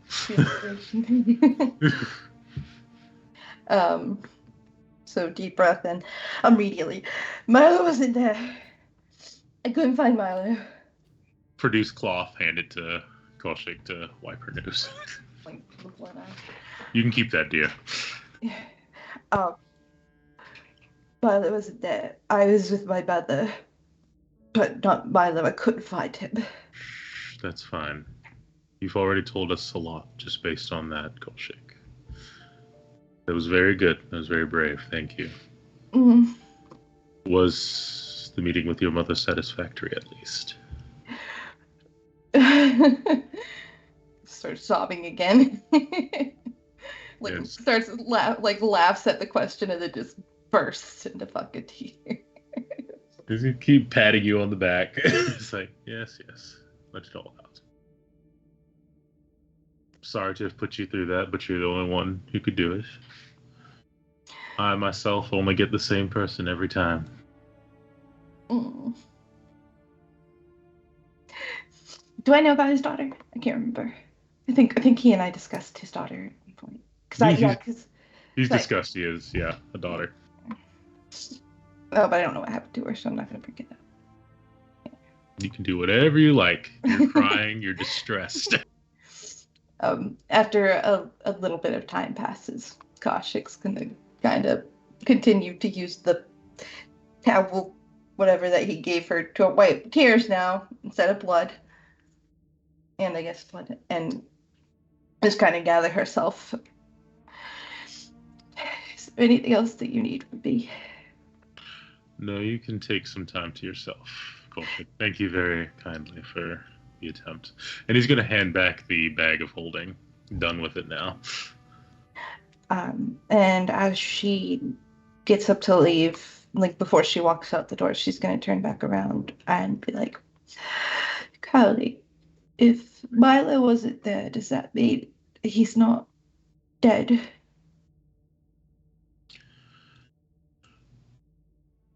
Give me a little bit longer. And to quote Milo, I will present you with the hypothesis. And so, a slight smile, Koshik will walk out of the room with a little bit more hope. Feeling a little a modicum better than she did. Once Koshik leaves, the illusion drops, and Crowley goes to place the mirror back into the drawer and retrieve his dagger. Once again, thinking to himself as he pulls out the Keeper's Fang and kind of just holds it steady against his breast, thinking very carefully. He's there for maybe 30 minutes before he sheathes the dagger again and places it back into the dresser.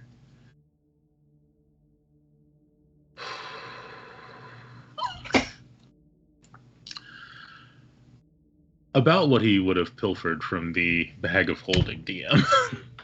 I say pilfered, borrow.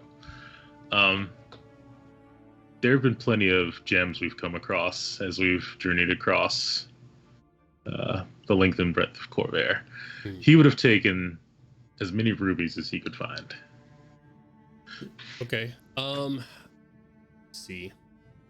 I know the amount of gold that I gave you guys was around the equivalent of about 40,000. Are there any rubies listed inside the bag of holding, or any jewels listed in the bag of holding? I remember a few times we've listed as gems, in terms of gems, but yeah, that's what I want to look at and see if it's listed anywhere. Do you have access to Ian's notes? I do not. I stopped once Ian started taking over doing that. Ian's kind of the treasurer. I think he just tracks gold amounts. I don't think he tracks anything else. Yeah. We've been fluidly translating jewels to gold. I do know that we have stated that there have been jewels and stuff taken, especially from the dragon sword and stuff, but unfortunately, as the keeper of the bag, but not the keeper of Big Wrinkly Brain, I have not written them down. So the smoothest brain. Let's see. You know what, Jules? I have written down diamonds because that's the only ones I fucking care about. Same. Yeah, I think that's traditionally been what has been cared about as far as gems and stuff goes. Yeah. It's a new dawn, a new age. Yeah, I think Crowley, I think you may be able to come up with a few here and there from various treasure hoards, but nothing to amount to what I know. I think I get where you're going with this. You need 1,500 gold worth of rubies. I do. I think you'll need to secure somewhere else. I will do so. Okay. I will do so, but if you had to assume how much I would have, though. I'll give you a roll for it.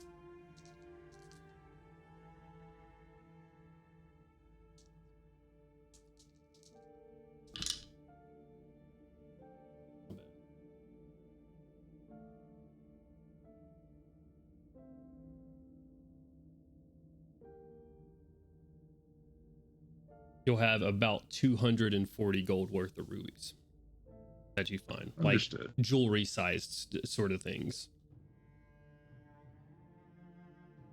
Gotcha. I'll look.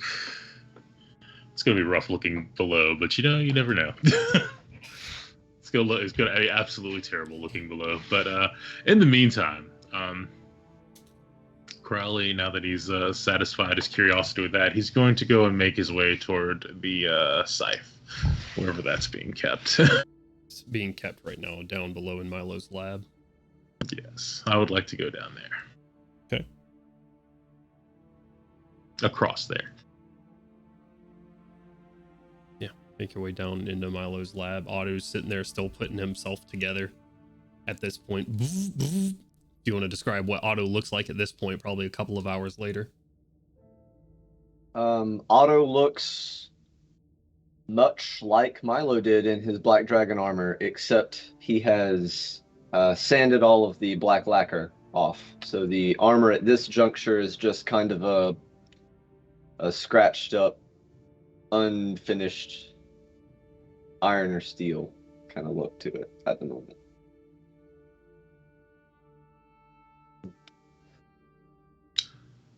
Hello there. Hello! You must be Uncle Crowley. Mr. Crowley. Uncle Crowley. Mr. Crowley. We'll keep going for hours. Sure. That's the RP. I dare say I've not had the pleasure. No, we haven't met. One moment.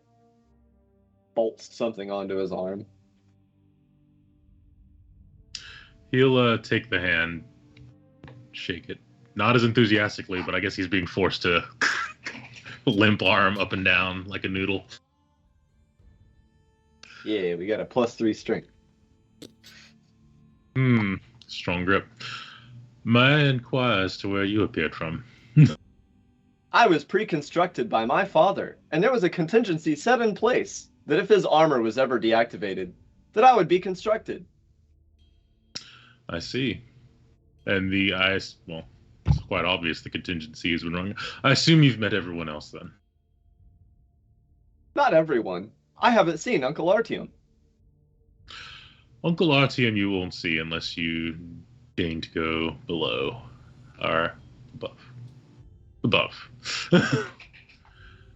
I will go meet him later. It is my understanding he likes to drink. I won't be able to share in that activity with him, but I will keep him company. Unfortunately, he also will not be partaking in that activity, Otto. That's odd.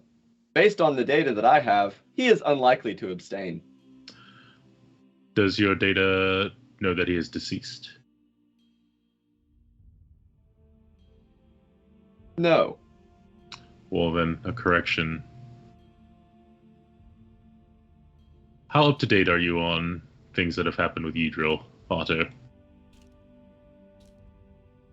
My last update was on the island.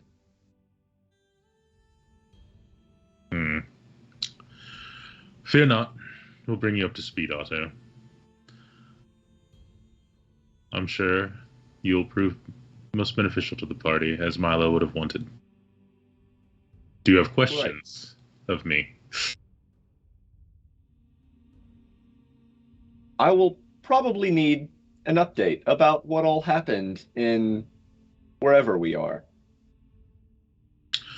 I've taken the liberty of writing down the events that have happened once we entered Atur. You will have access to them later tonight. Thank you, Uncle Crowley. Then we'll see about... Are you able to learn, Otto, adapt, I am. become more sociable? I like to think that I am very sociable. Do you not find me friendly, Uncle Crowley? Very forced, Otto. We'll work on that. I'm sure, hopefully Milo would have said something about my ability to help people get through such things. You are But a master manipulator and highly talented in various magical arts. I don't believe I've had a higher compliment, Otto. Thank you. Otto, this is being kept here. I don't know if you've given it deign to look at it yet. It's going to point out the scythe. I have not had the chance to look at much of anything. They wanted to see a demonstration of my destructive capabilities. And I'm sure you'll impress. But for now, know that it is a very dangerous item and should not be touched. At least not without others here to comprehend what was happening. When Koshik took hold of it, she was possessed. Are we That clear? does not sound good. It is not good. You learn very quickly, Otto. I'm very good. I'm very glad to hear it. As such, Otto, a test as it were, please make sure that no one messes with this scythe. And if they do, make sure that others are notified. I myself would appreciate being notified immediately. What level of defense are we maintaining for this scythe? How many levels do you have? Let's go to 11. Protect at all costs. Understood. I think we'll get along just fine, Otto. Just fine indeed. But as I said, for now, everyone on the crew, the original crew, should be made aware if someone tries to make away with this item. Am I understood? I will prevent any such absconding, and also notify everyone within the party, known as the Shining Vanguard. Excellent. Well, since you're here, I'm going to try and study this a bit. Don't let me get in your way. I assume you are familiar with the battle bean. The sparring ring, drawn misshapenly by Gandalwin, I think. Beautiful. Yes, exactly. Callously, terribly. Thank you. Add into your thesaurus, please.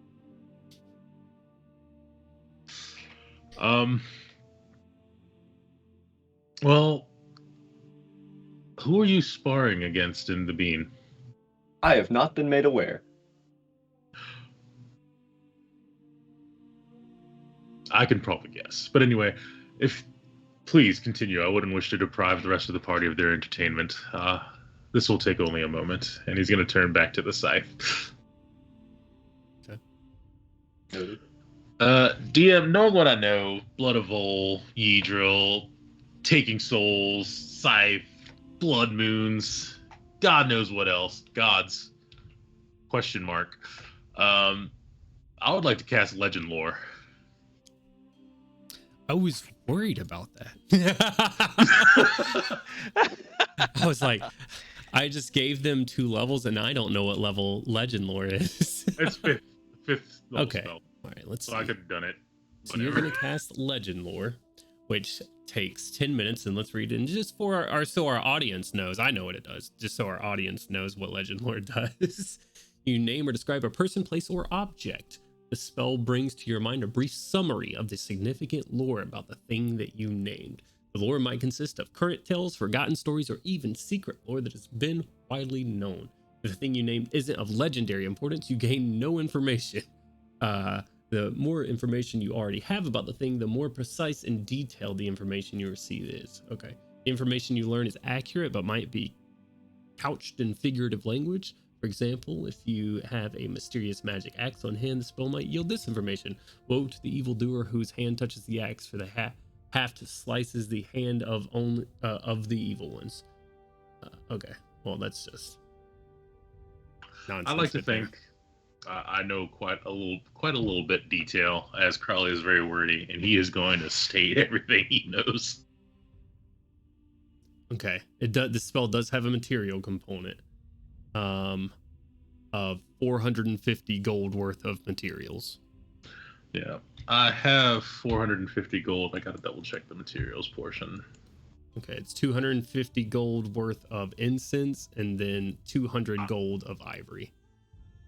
Yeah, definitely incense. I could probably pull the ivory from the bag if you would say it's there, but incense certainly.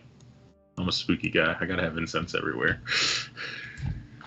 I would say if you want to remove it from the 10,000 gold worth of supplies and materials, then we could do it that way. So 450 yeah. gold deducted from that. There are 7,128 gold worth of materials remaining. Okay, Cool. Do you Then wanna- yes, please. do you want to This- take it do in it. there? 450, you said? 450. I figured this is quite important enough to justify the cost. Right, yeah, for sure. Okay. Do you want to describe how this looks, since it's the first time you've done this? Crowley is going to look at the item, much like Koshik was looking at the mirror earlier. And he is going to just kind of start whispering to himself all the details he knows of this item. And this is not going to be like normal whispering. It's low, like to a tone, like bum, bum, bum, like a rhythm to it. And around him, shadows start to move from the floor. They seem ethereal like the spirits before, but these ones are darker, unseen, just black wisps. And they begin to whisper to Crowley as he studies this item and asks for the lore to be given to him from those who have been before. Okay. And as you do that, that's where we're going break. Hell yeah. So, don't go anywhere. We'll be right back. We're going to take a little bio break. I suggest you do the same. So, go grab some water, go do the potty break thing, and go donate to Extra Life in the meantime. Thank you so much for all the follows and the raid that we got. Thank you so much for that, all that support. Much love. We'll be back very soon. Don't go anywhere.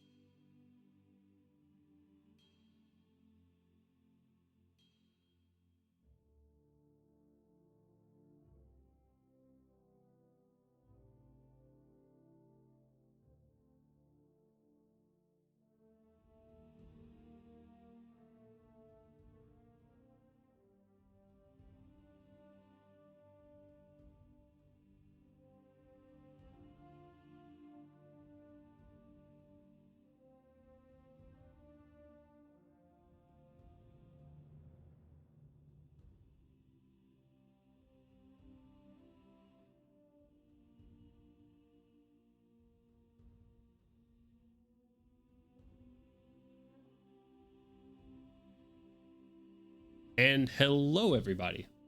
Welcome back to us. All the same people that mostly were here just a few moments ago. Mostly. We're going to pick back up from our first session. A little bit of introductions between Decad and the rest of the party, and a new sentient figure aboard. Milo's last project, it seems, has come to life. One Otto. That's it. Just Otto. No last name. Otto Goggins. Otto Goggins. Does he go by Thank Goggins? you. Okay, all right. It's his son. I'm not gonna. Otto Goggy. What's your Otto papa's Goggins. bank code? Social Security. Anyways, after a disturbing revelation that Kaushik found out inside of the mirror, I forgot the name of the mirror actually. Ooh, that's not good. I made that item. What the fuck is the name of that mirror, man? That mirror, the spooky That mirror, yo. Jonathan. Because like we got it as the mirror, and I don't think I've ever had that mirror in my inventory, even though I'm the one who holds onto it all the time. That's Gandalf. Gandalf's mirror. Jonathan the mirror. It's essentially allowing her to speak with the dead, attempting to reach out to Milo, to no avail. She could not contact Milo. However, when she asked for anyone else, a scene unfolded before her, memories of her past that have tried to avail her to herself in the past, but never completely unlocked. However, this time she was given a full view of what had happened. We pick back up. Crowley goes beneath deck to Milo's lab to look at this scythe that Yidril carried, casting legend lore. However, Otto has finished putting on his battlements and other armaments and other gear. Various levels of intoxicated orc and dwarf now sit at the table above, as it is now time to enter the battle beam to test out Otto's offensive capabilities. So, Guess we need to launch Telspire. All right, let's go. Okay. just get your dice Important ready. question, DM. Are we? Am I assuming that he did not have a long rest per se, or are we just gonna drop Otto in there as if I had everything set out properly? Man, I think you're unmuted. I know, I got unmuted. I was gonna say, I want to cast an inspiration on this Joker before he goes out there Say, on the slide. basically things that are like you can set up at the end of a long rest. Could I just assume that was all set up? Yeah. All right. Everybody here's got a long rest. Y'all are all full resources.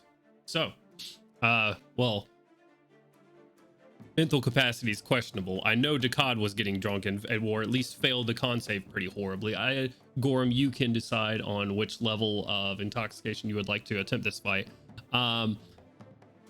So yeah, we'll make some rulings based off of that, I assume. However, going up to the top of the ship here, you do see a busy streets below you. Lots of people working in the sun, clear day, and you just see tons of people like throwing brick to each other, like clearing out things, cleaning out buildings that were destroyed in the mess below. But you guys are here on the deck of the ship. Who's going first? All right, the god, this is your speciality. So why don't you get in the arena there? Okay, yeah, go ahead and try to hit me. And I'm start a blade dance and pull out my sword from its sheath and Is it Get understood ready. that we may take all additional measures before we begin combat? yeah, go ahead and do everything, but ignore what Torshik said. You don't need to go easy on me. I'm a champion. I can take it. Totally fine. It'll be fine. So just give me what you got. While he's sitting there talking, saying, "Yeah, I'm gonna Don't be fine," hurt the boat. you see there's a metal canister attached to Otto's back, and taking a device off of his back, and attaching some things and rotating some things. 3 large crystal cylinders attached to the front of it. It reaches to the canister on his back, and with a ching ching ching ching ching ching ching ching, you see cartridges similar to what Milo had. You'd all seen him crafting them and loading them into his bolter, but it seems like dozens of them. And he just pulls them out in one solid chain and clanks it into the side of the device he pulled off of his back. And then, are we rolling initiative, or are we just going to go initiative? All right. 17. 27. 28. Oh, shit. Well, I think you beat me. And immediately pulling a lever, just starts to, with just a rhythmic stutter, bright blue glyphs appear in front of those 3 cylinders that begin to spin, and fires a barrage of bolts at you. They attacks at disadvantage. There's a 19 hit. Negative. All right. Well, that will miss. And then, kind of clipping that onto the side, he takes his regular bolter that he'd been holding before and fires that at you as well. Oh, shit. Also at disadvantage. Does a 21 hit? Negative. AC 23 All right. when Blade singing. Gotcha. All right, well, his first barrage misses, and he just kind of sidesteps, strafing, while just firing this constant stream of projectiles at you.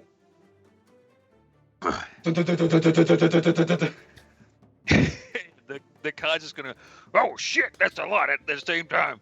Oh, and while he seems like startled, he weirdly still has the drink in one hand where he has the sheath of his sword, so he has him kind of like weirdly done like this, and he is just trying to focus all of his efforts on not spilling his drink and also keeping the dodging of a lot of bullets going. Some of them he kind of like brings up the Jade Fist to sort of just outright block.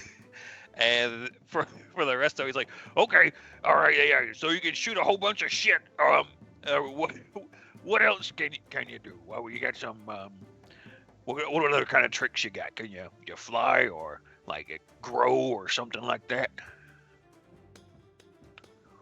Are you not taking any offensive actions? No, I'm not going to take an offensive action right now. Sure. You know what? Fuck it. I will use an action to cast a mirror image just in case. Or you'll go full defense. Gotcha. Let's see something real quick. I'll move towards the edge of the beam as to not have things get caught in the constant barrage of whatever the fuck you're shooting at him.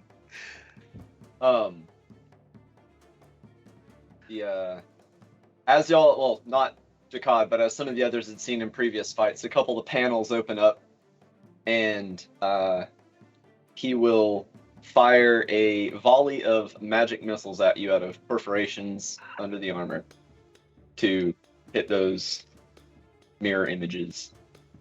How many? The standard. So First level, so 3. Yep.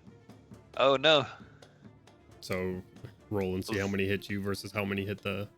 Okay, so the first one hits, the second one hits, so the first 2 hit, images. I can't remember how many you get with mirror images. You get 3. It's 3? Oh, you only get Okay, 3. I thought it was 3 or 4. I thought it was 3. I thought it was 4, but 3. double check. Okay, yeah, it's 3. Okay, and then the last one. The last one hits me! Or you said that was 4 total? It's 4 I bolts? only fired 3 magic. Oh, okay. So yeah, one of them does hit me. For 5 points of damage. Yeah, I'm just the guy's like, "You're dodging, yep." And then one hits me. He's like, "Oh!" And he spills his drink a little bit. He's like, "Motherfucker!" All right. And that does interrupt your Displacement. cloak. Yep. Is that the end of your turn? Yeah, that was his bonus, or that was his action. Then bonus action to fire again with the Without disadvantage. repeating bolter. That'll be a 30. A 30? Yeah. Okay. Level Does it 14. But it hits the last mirror image though. That was a good mirror image. The last mirror image is shredded. Just as the just constant dig of blue bolts flying through the air at you. Continues strafing. He was like, "I implore you to test my defensive capabilities." Yeah, okay. And I'll just leave the sheath hanging there in midair, kind of play-wise, and I'll sip my drink on top of it. And sure, I'll go in for a couple attacks. The first one will just be a regular attack. With the sword, it's an 18 plus 10, I believe, for 28. 28, you said? Yes. Oh, wow. I think that might actually hit. I'm sorry, 18 plus 11. Wait, so what's the total? 29? 29. Yeah, that'll hit. Yep, first one goes through. Excellent attack. Oh shit, I'm level 14 now, so that's a lot more damage. That is 15 points of damage with a D4 on the dice.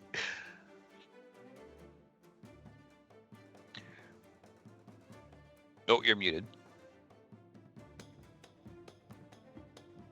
I just realized I need to make a training damage note.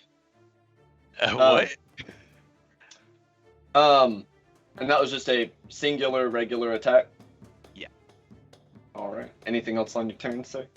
I'll go in for another attack. We'll sure. We're drunk. We're having a good time. We'll go full in with a All right. green flame blade. That, however, is only a 21 to hit. That will not hit. Oh, okay. I missed with it. That's my turn. Yeah, just kind of clanks off of his shield. How much? That looked kind of rough. Are we gonna have to repair you? How much does that cost? Should I stop I this? will be fine. You are too close. All One right. second, and he is going to try and shove you.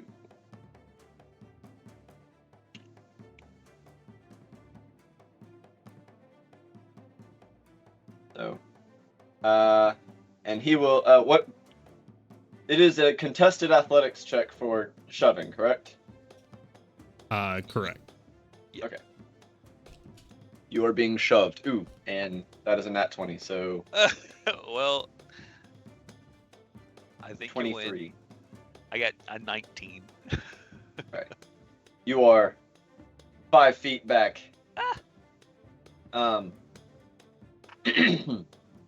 And with a kind of revving sound, actually vaguely reminiscent of when Milo's Black Dragon armor would cast haste.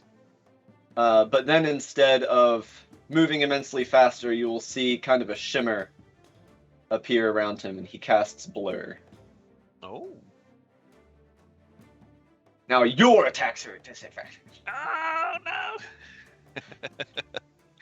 All right. Oh, all right. Yeah, that's pretty nice. Standard abilities to deflect it down. Man, I like that. He's just kind of like pacing side to side, and then he just goes. Argh! He kind of goes in for a couple of attacks. Alright, cool. He tries to scare you. He goes, boo! He's just kind of like pacing back and forth, sizing up, and then just like, just going for an attack. First one is a 24, and the second one is the same thing as the other one, 18 plus 11, 29. Alright, what was the first one you said? 24 and 29. Alright, he's going to cause a shield to go up Oh. But just for that one attack, deflecting the first one, the second one will still hit, Oh, all right. and does not seem obstructed by a shield at all for that second. All right. That one goes through for 13 points of damage. Slice, slice. You are very talented, sir. I'm the best. And this time, instead of trying to push you away, since you are just closing the distance, he will get. And you rolled both of those at disadvantage. Yes. He will go to. Wait. No. I didn't. I rolled one of those at disadvantage. I only rolled twice. Hold on. Let me make sure that didn't. Okay, well, that one did, because that's a 19 and 18. And this. Okay. Yeah. We're good. Okay, cool. Grabbing the bolter, kind of racks something on the bottom. You'll see a baton crackling with electricity fold up from the bottom of it, and he goes to smack you with it, casting Shocking Grasp. Oh, shit. It's a 23 hit. 23 is my AC, but I will. Well, can you? Shield is still works against spell attacks, right? So yeah, I'll just go ahead. Whoa! The Jade hand will come up and grab that baton and kind of deflect it to the side. Big old spark of arcane energy bouncing off of it. I will say for anything, just to make sure the types of damage that you're doing, Otto, if you do any sort of cold damage, I will need to know. Noted. It won't come up. At least not in this fight. Okay. All right. Still firing, but because you're so close, it's hard to get you insight, so that rotating cannon just kind of sprays a series of bolts off into the wild blue yonder. Okay. Come on, what else you got more interesting? Something bigger that ain't gonna blow up the ship. I want to see it. Something really great. I'd prefer if you didn't blow up the ship.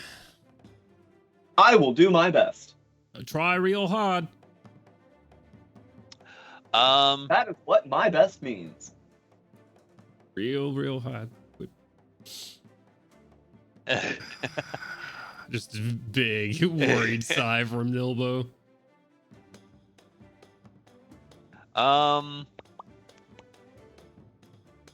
Shit. I am going to go ahead and cast Fly on myself and fly up. We'll fly towards him, attack him a couple of times, and then provoke an opportunity attack and fly up. Still at disadvantage. Oh, that's a 1 on that one, so super miss. And a natural 20 with disadvantage for a total of 19 to hit. What was the first one? The first one was a natural 1, didn't hit because they're still at disadvantage, right? Yep. Yeah. So and then the. Wait, I gotta technically, let's see. Yeah, it's still disadvantage. I forgot to roll concentration after the first one. Oh, okay. And then the second one is a 19 total. I rolled an 8. Yep. And then phew, flies in the air. Yeah, it's not going to provoke anything from him because he's spell-based. So, okay. You go flying up. He will also fly up, but kind of in the opposite direction. And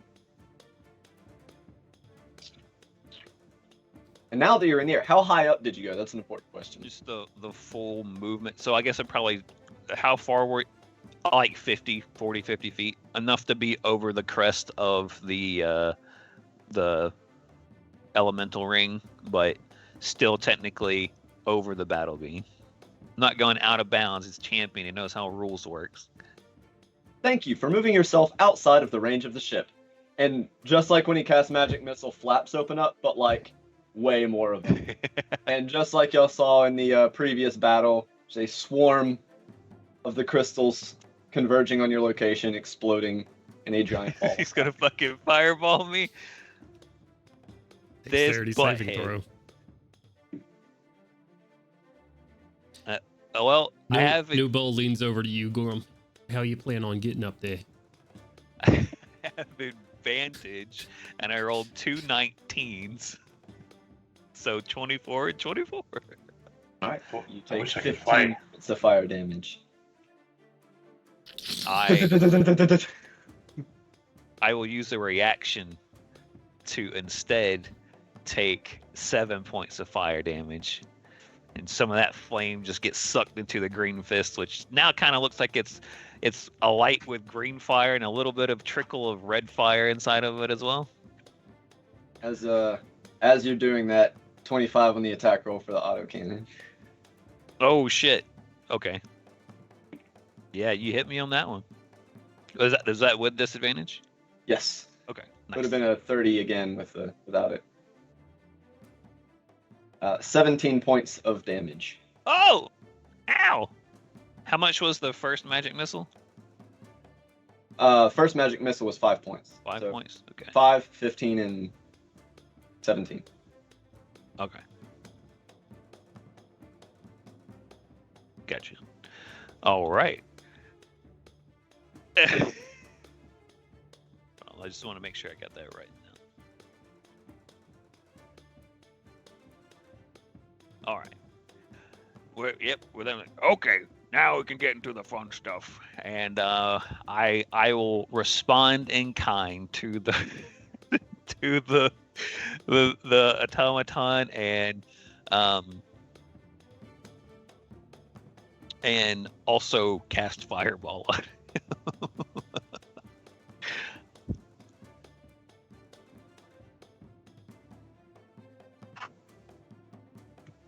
That's a dex save, right?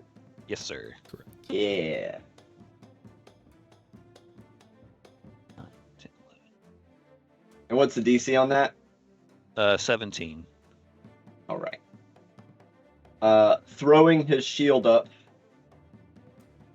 the edges projecting kind of a larger bubble that encompasses his whole being, he takes no damage. Oh.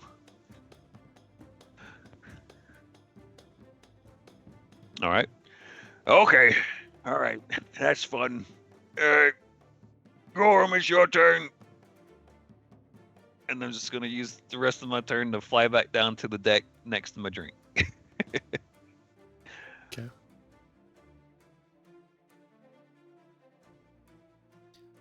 I'll re-ask my question. How you plan on getting up there? Well, I can't fly, buddy. You should work on that. You should be able to fly. Seems like pretty good. Hey, Can listen. you fly? You want me? I mean, I could raise the boat up a little bit for you, maybe. Yeah. Take me up there. Right. Oh, come on. You can fly, Gorham. Go in and get him. And then I'll cast fly on Gorham and slap him on the butt. Gorham, Oh. you have a fly speed of 60 feet now. I'm Or free just a waste from of my, spells. I'm The constraints freed of the from battle my beam did not last very long. short-legged shackles. We fly, brothers. Roll initiative, both of you. –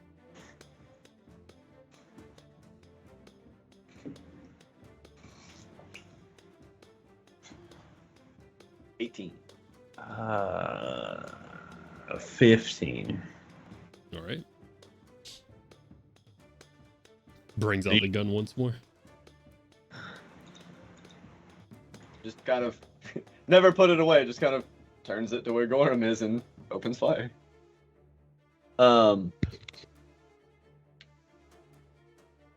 A 21 hit Gorham. I cannot remember your AC. Okay. Yes.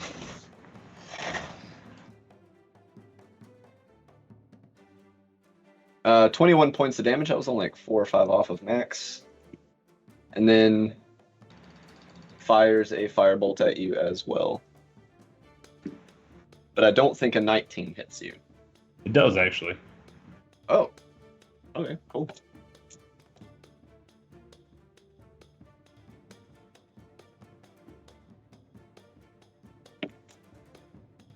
Take 27 points of fire damage off that as well. Jesus Christ. The beard gets a little bit singed. All right, so I'm You done, Otto? Yeah, he didn't move. He's still kind of. Or if he moved, he probably just hovered up another 10 feet or so just to make sure he's clear of the ring and the ship. Oh, I'm going up. You can fly. I'm flying, brother. 60 feet. Do I have enough movement to get to Milo? Nope, not to Milo. Right. To Otto? Yeah, you can get to Otto. You can't reach Milo, he's in heaven. I don't know. The people on that dock. He's in hell. All right, Junior. Hope you're ready. I'm gonna swing at him. Go for it.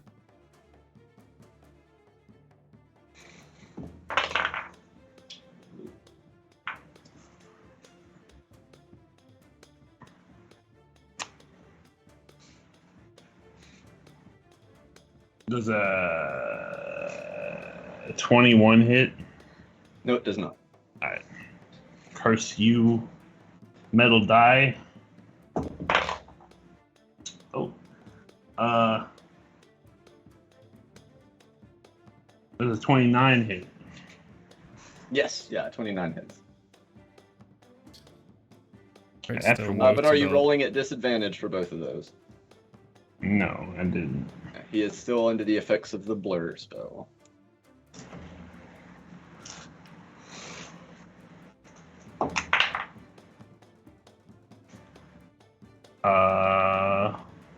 I'm not gonna reroll for the first one. I'm just gonna assume that misses. I mean, I would have missed anyway. 26 instead of 29. It would have hit, but as it's going in, another shield appears. This one staying. All right.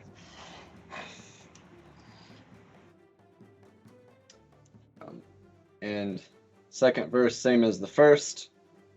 Actually, how high up, DM, are we over the battle beam? About 60 feet.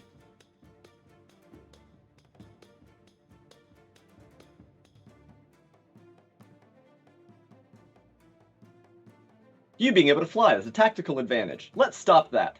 And taking out a device, just kind of bzz, a glyph kind of goes across you and dispels the fly on you. Word. Gorham, I need you to make me a dexterity saving throw.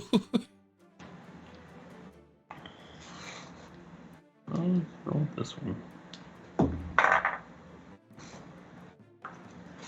It's not bad. What do we got? 16. 16.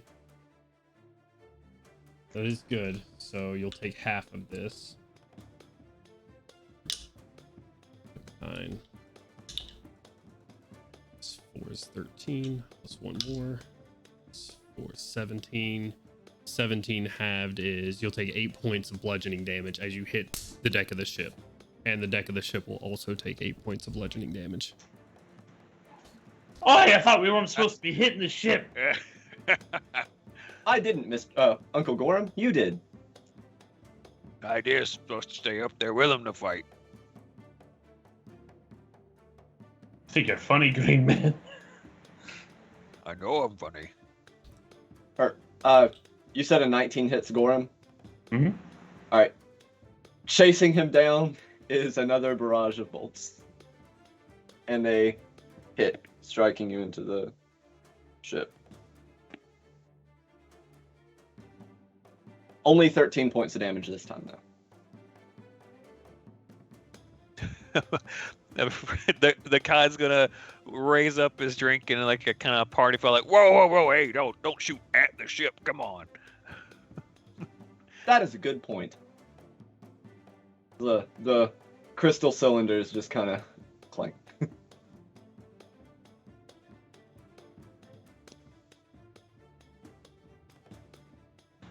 The airship starts lifting in the air.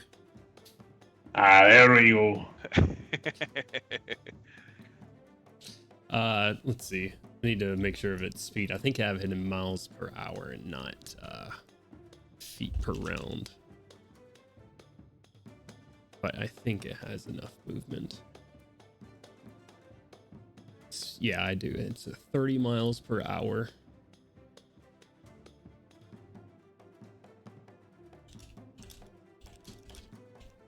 Miles per hour to feet per second. That's 44 foot per second.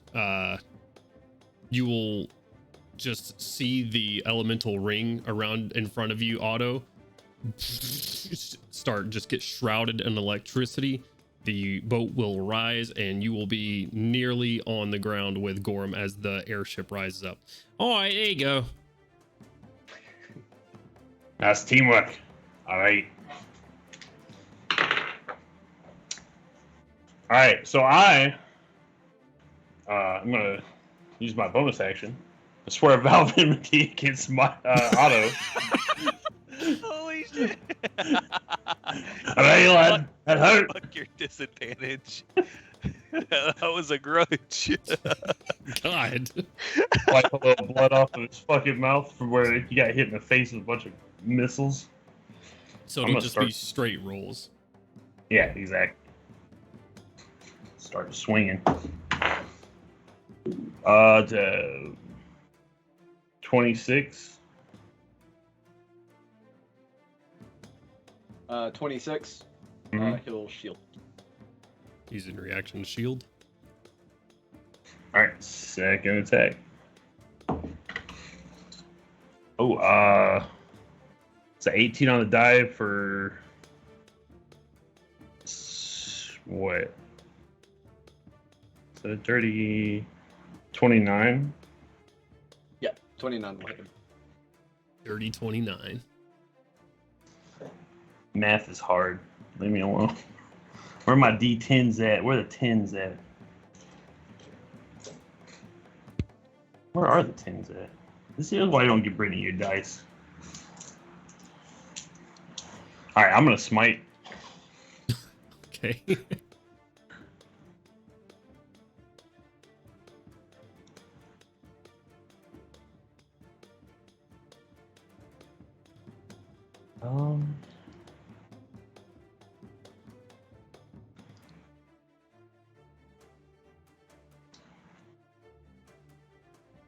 I'm just making sure I'm on the same page as myself here. Okay.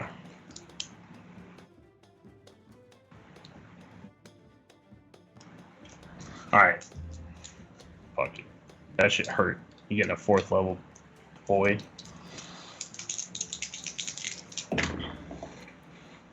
Fine.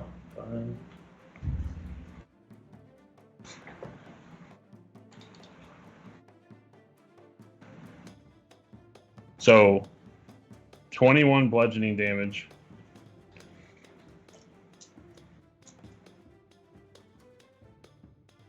Let me read Divine Smite.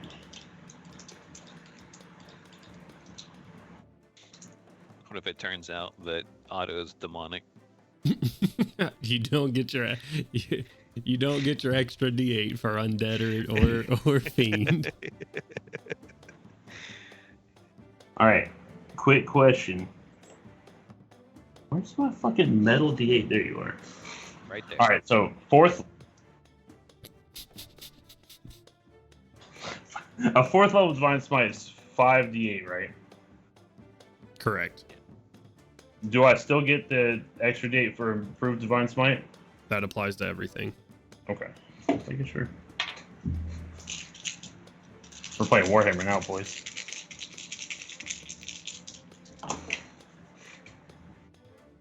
Eight. 18.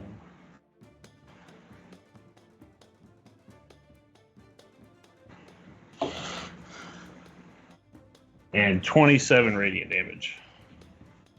You got me below 100 health. You telling me?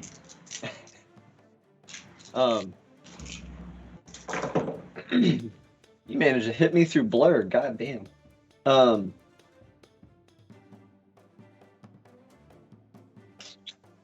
You will be immediately launched backwards 15 feet as he lifts his shield and just a pulse radiates from it.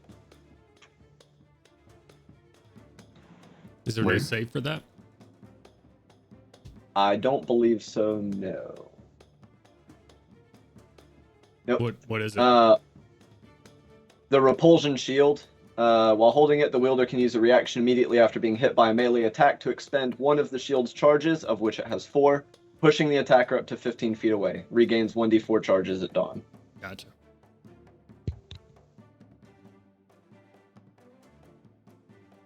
Off the ship. The battle beam itself is like 25 feet across. Object interaction.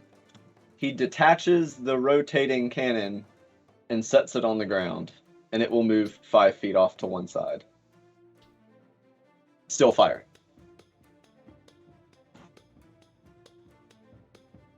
Yay. A 20 hits because a 19 hits, right? Mm-hmm. All right.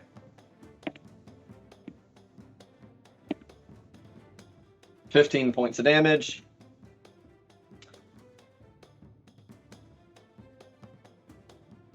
And the smaller bolter that he's holding, he slams something into the larger the tube under it, and with a thunk, fires it at you. I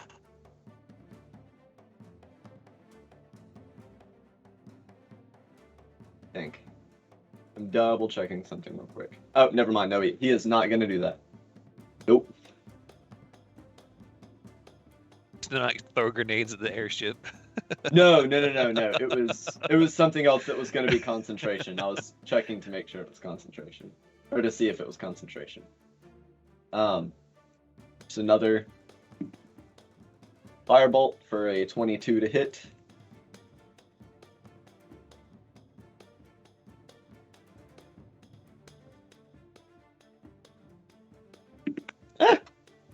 Tossed shit on the floor. 18 points of damage.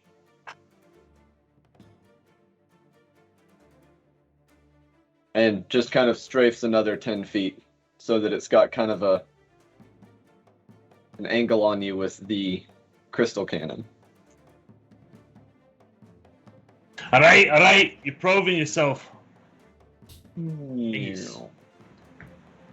You hit very hard, Uncle Gorham. Same to you. Thank you. Yeah, you're not too bad. Gonna have to go fill up these holes, but after a drink or two. I will require some repairs. I asked if that was going to be an issue, and you said you were fine. I'm not It will paying not for be an this. issue. Okay. I'm not paying for nothing. I ain't got any money.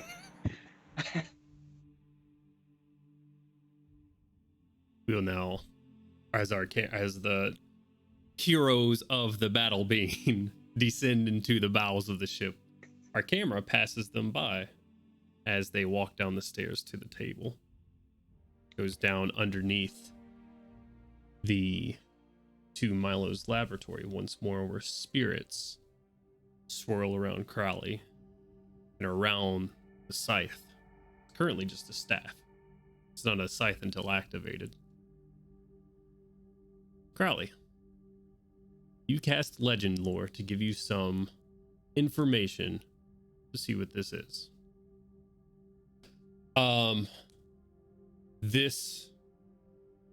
This weapon has a name. It's called Life Render.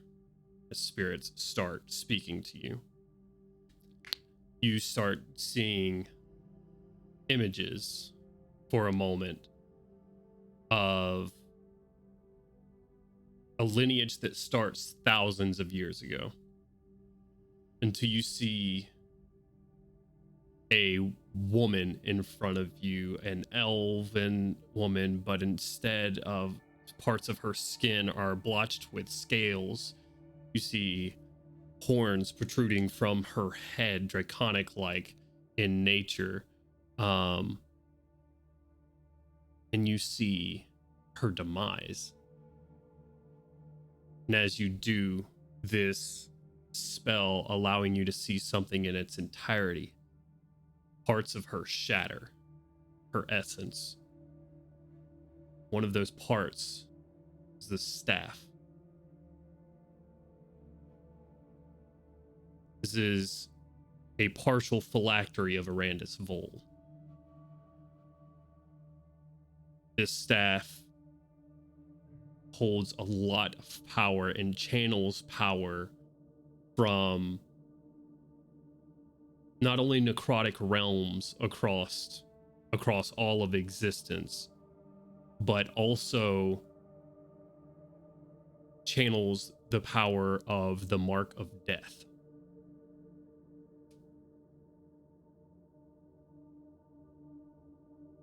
A dragon mark that is known to be on one person ever, Arandis Vol.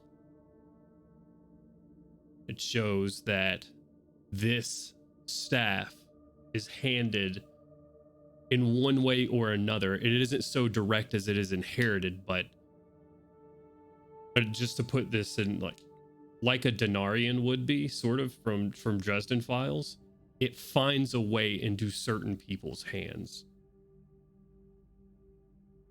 But those people, as you watch this line of people, Arandis Vol, different faces, elves of different, all elves, mostly elves, some half elves, down this line, and you see just shadows of creatures grabbing the scythe and wielding it in different manners.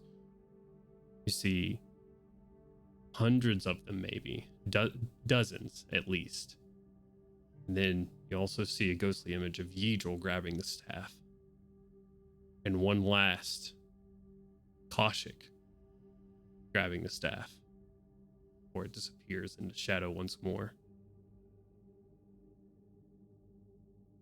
It's only one type of person that could wield this staff to an effectiveness and to potentially bring back onto this earth Arandis Vol and the Mark of Death, and that would be someone that is intrinsically connected to the Mark of Death.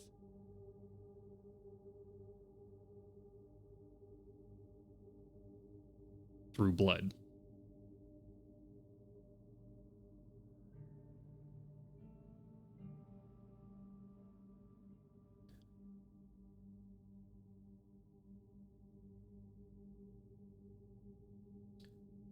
More images coming to you of it, just its capabilities.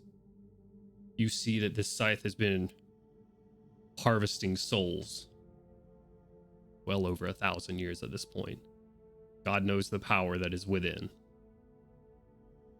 You see it harvesting souls, and you see it harvesting souls over and over again. Thousands and thousands of lives snuffed out by this thing. Eventually,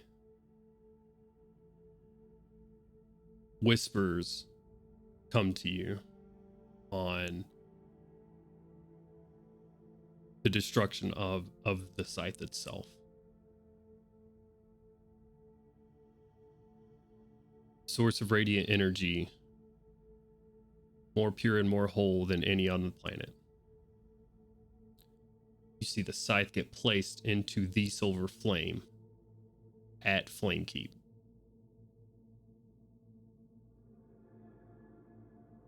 But the aftermath will weaken it in some way.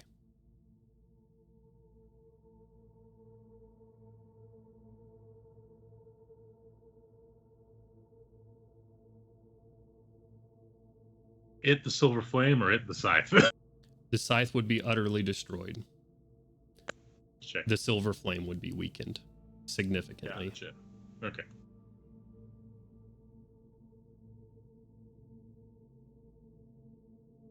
That's what you see.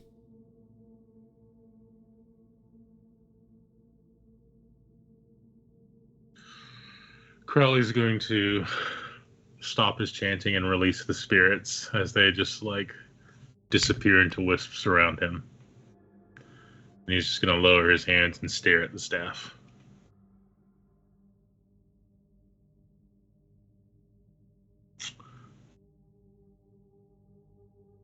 Just to make sure it's not doing anything weird right now. It's not like I'm not going to get caught up in it. No, I don't feel any nonsense. Okay, good. not right now. Not right now. Crowley will pull his cloak tighter before turning around and leaving the lab, making sure that door is locked behind him. Sure. And he's going to go join everyone up deck. Okay. Or wherever they are. All right. So I'll say this, Shining Vanguard. If there are specific things that you want to do today or within the next 5 days or so, now's the time to voice those things. And like I said, we're gonna be skipping over this time next session, and we'll be starting somewhere else, wherever that is. Up to you guys. I will go ahead and say that Gainwin has professed to everyone here before you guys split, when the invitations were handed out, that he would be going to Korth.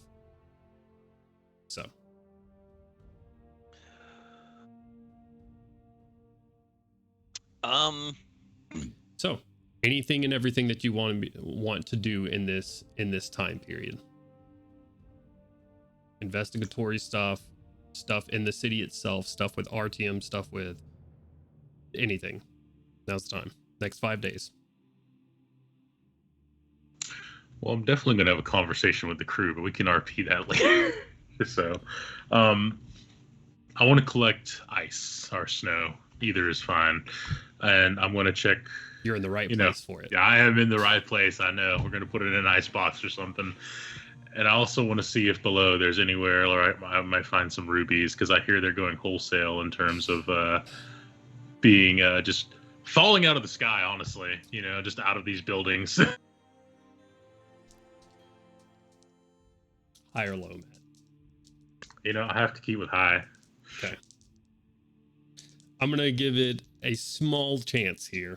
I say small chance. I think it's pretty significant considering it's a large sum of rubies. We'll give it 85 or higher. 85 or higher. 81. 81%. All right, so I roll my D10 on my inspiration to the DM. So that's roll that D10 just for giggles, DM, please. 8. Doesn't work that way, unfortunately. You will find, Crowley, I'll say you'll find some people that are peddling in smaller jewelry and stuff like that, that have shops that are being rebuilt. They're helping clean out the streets and stuff. I don't have to find all of it. I'm just gathering as much as I can, like even if it's like buying out every individual seller. Right. You get a lot of nowhere near that sort of amounts, like small sort of trinkets and stuff like that in the Yeva Bazaar. I will say you'll probably get over and over again. You'll probably have better luck finding a jewel of that size within Korth. Well, it doesn't. Like I said, it doesn't have to be a jewel of that size because it's just going to be powdered anyway. Right. Say you got pretty close to it. I'll roll a couple of D100 to see what sort of small gems you're able to find. Imagine you're like tracking down small-time looters of wealthy homes. Just start eating them like you got some rubies from all that loot of the wealthy. Just running around breaking any pot you see. Yeah, I'll definitely ask Jeremiah and his group too if they're still around. See if they've come across any gems. They did steal some jewelry. Did they, or did a particular person in their party still? All I heard is a cat disappeared and reappeared somewhere. I said they. Madison and Gary will inform you while they took some things they took to like what they did take was not they did not have any rubies with an 11% on that. So 200, 400, 60. you'll find various small, and if you're willing to purchase them, 470 gold worth of rubies around the city. I am. I can afford the smaller funds like that for sure. You said 470? 470. So that's 240 from the first one, and then 470 from looking through the city. Right. I imagine by the time we get to Quarth, I would hope to get there a day earlier so that I might, peruse. That's up to you. Yeah.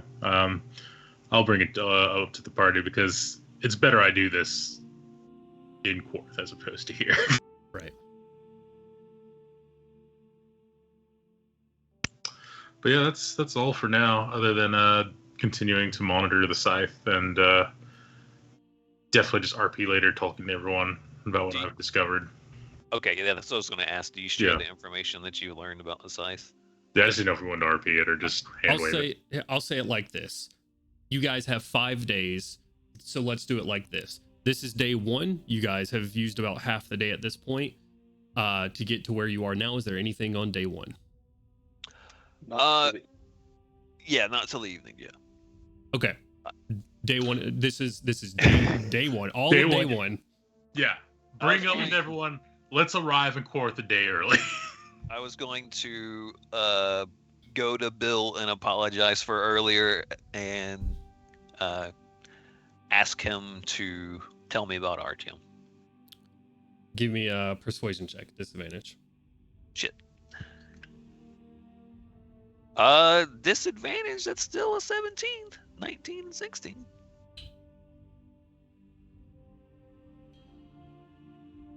It's okay. I was grumpy. Still am.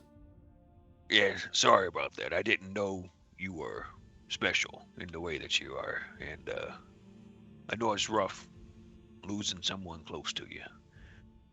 So, I hear you're a drinker, so am I. Brought you a drink. Tell me about him. I will say Bill's head is just sort of rested across Artyom, like in his room on his chest. And he looks at the drink and just another heavy sigh. It's not the same. But I'll tell you about him. And Bill will tell you from what he can remember. He'll tell you about simpler times, or at least a time where he had simpler thoughts, and of someone who rescued him and took him in when he was smaller than the other parasaurs. He got left behind when there was when there were predators after them. He'll tell you the story of them meeting in the swamp, them traveling around the swamp together and becoming just the best of friends.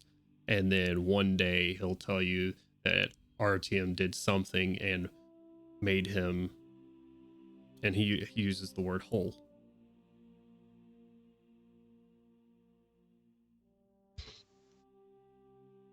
Right. Sounds like a good guy. The best.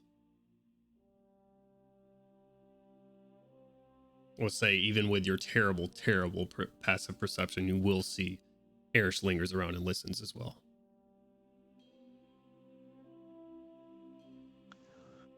Yeah, that's what I'll do for the night until we get called away. Okay. Anyone else for the day 1? I'd like to speak to Otto, too, after everything is said and done. Like right there after the scrap was done with, or just later that day? Just later. Find a time. Probably still just tinkering with stuff. Maybe even going through some of Milo's notes. Looking at them for the first time. I'm going to knock and enter without, asking permission. Like the terrible person I am. Otto, I see I've caught you looking through Milo's notes. It is different between having them already in my head and being able to experience them in this way. I was going to ask. I actually have in my possession many of Milo's notes. I was preparing to send them either to the university or to his parents. Would you like to hold on to them until a decision has been made? I would very much like that. I would also like to meet my grandparents. I planned on telling them of Milo's disappearance after Quarth. Perhaps sometime after that you'll be able to meet them, if this is acceptable to you. Of course, but I am worried how they are going to take it. As am I. I think some things are better done in person. There's only so much we can send anyway to let them know. I don't think we could do it justice, even with my wordplay. Even under such grim circumstances, I do look forward to seeing them for the first time, for myself. I'm sure Milo's mother will love you. Then She loves everyone. you're well informed. Come, let us grab the notes from my room. I Excellent. will need some help. He'll set down whatever stack of papers or journals he'd already been looking over and follow Crow. And Crowley will just, like, as they enter, just snap his fingers and all the books will reappear all around. These are all Milo's. I've been sorting through them, trying to discover as to what has happened to him. They're yours. Thank you very much, Uncle Crowley. Mask twitch.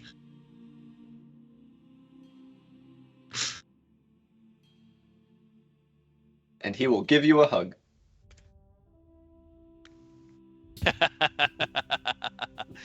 A hand will just, like, uncomfortably move around and just pat against the armor? Question mark. They're there. They're there. I know something of losing one's family. I was just giving you a hug because you are my uncle, but I also appreciate the condolences. Yes. There are a lot of those going around today. Either way, let's move these to your room so that you might study them. I'm sure Milo would appreciate his work being passed on. I mean, you are his work, so I'm sure he couldn't be happier wherever he is. He was very disorganized. I'm having to rearrange everything. They say there's genius in mess. I'm not that kind of person. Look, I think he just had poor space management skills, based on my perceptions. it's very hard to dislike you, Otto. So much more agreeable. I shall take that as a compliment until proven otherwise. And you'll never find proof otherwise. That is because you are a master manipulator. Go on.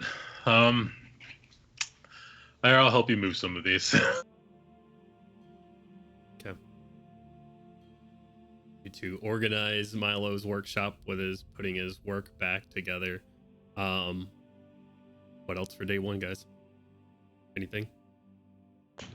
When does Crowley everybody's spill the sorry. staff beans? Erish will get an after dinner summons, I guess, to the workshop by Otto. Okay. Had three people sort of talk at once. What were you saying, Brittany? I was just gonna say when everybody's done, like right before Kasha goes to bed, she's got something to do. But Okay. So right before bed. Yeah, Dakota, I heard you say something.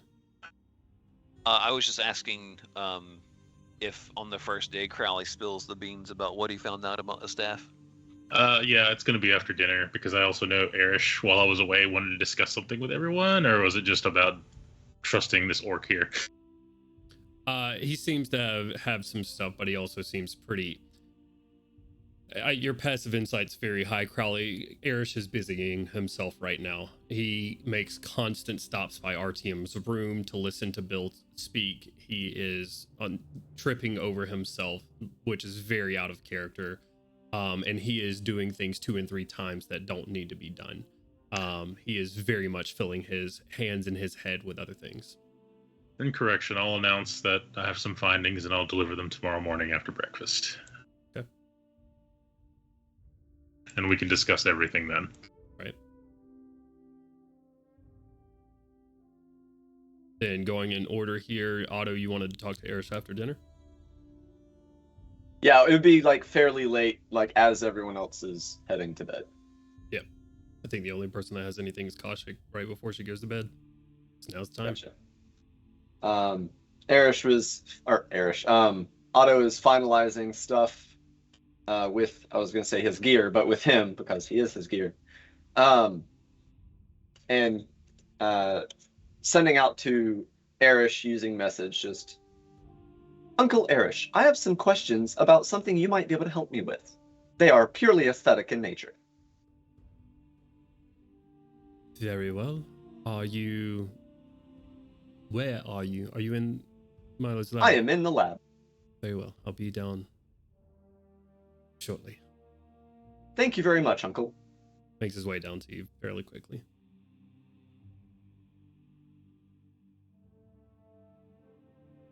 God, I hope not. The long and short of it is a paint job. Okay. So,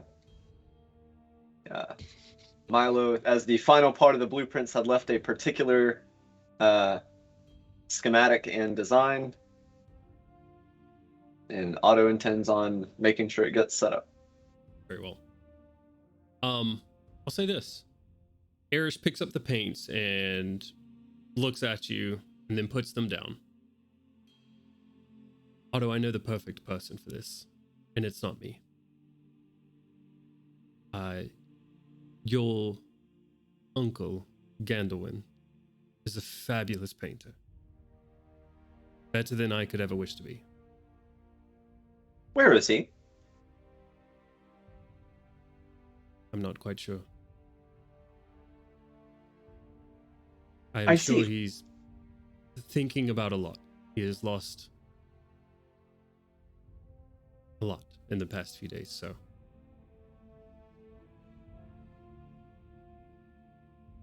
It's his hometown, you see, that we fly over.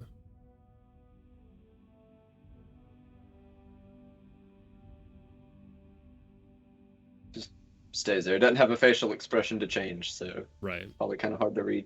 Yeah.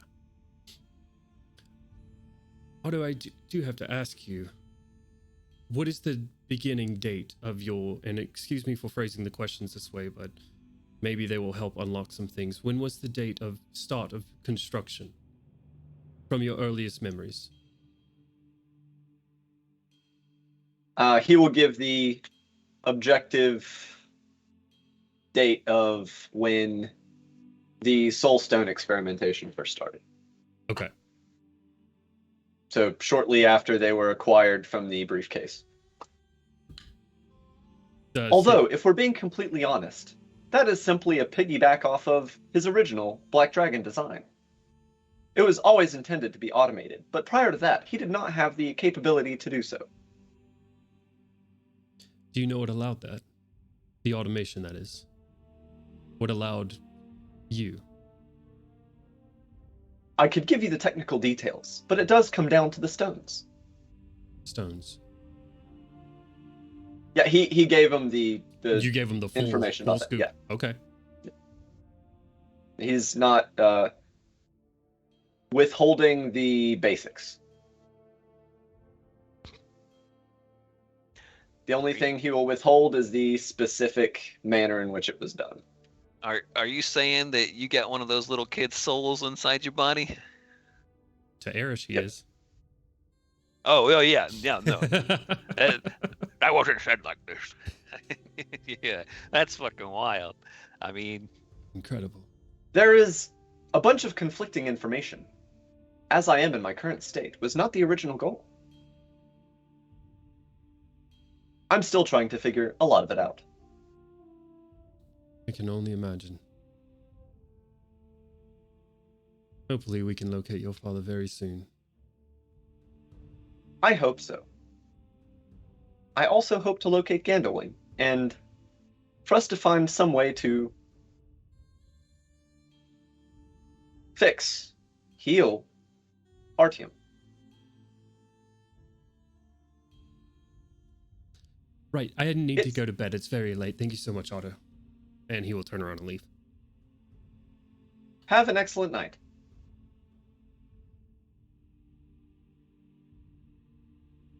All right. you pan over to Kaushik's room. What you got to do? So after the whole mirror incident, Kaushik pretty much retired to her room for the night, skipped dinner, didn't really speak to anyone else after Crowley, and she's been sitting in her room trying her best to, like, absorbing what she took in through the mirror, trying her best to recall more of the memories that she lost when she was younger. And Okay. it's just not coming to her, and she's incredibly frustrated. And so right before bed, Kaushik looks down at her hand and her no longer a hand area and closes her eyes and just begins to think back as hard as she can. And she has a couple, oh, turtle, I don't know if you guys can hear her. Okay, a couple memories come back to her of when she was younger, not quite as young as when what happened with her mother happened, but she's out in the woods and she finds a butterfly with the bottom part of its right wing ripped off. And another memory flashes in her mind, and it's a mouse that lost its tail to a trap. And she always hated those traps. They're so inhumane. Of course, you don't use them. And a rabbit, another memory, a rabbit that she pried from the mouth of a fox, but not unscathed. Poor thing. She imagined that it would be so hard to hop on only one leg, and she just kept thinking about these animals and how somehow she touched them. After a little while, the butterfly flew away, and the mouse, she saw it scurry away. She saw its little tail under the door, and the rabbit hopped off on its own. And she keeps her eyes closed and she presses her hand to her wrist and she concentrates as hard as she can. And she casts Regenerate on herself.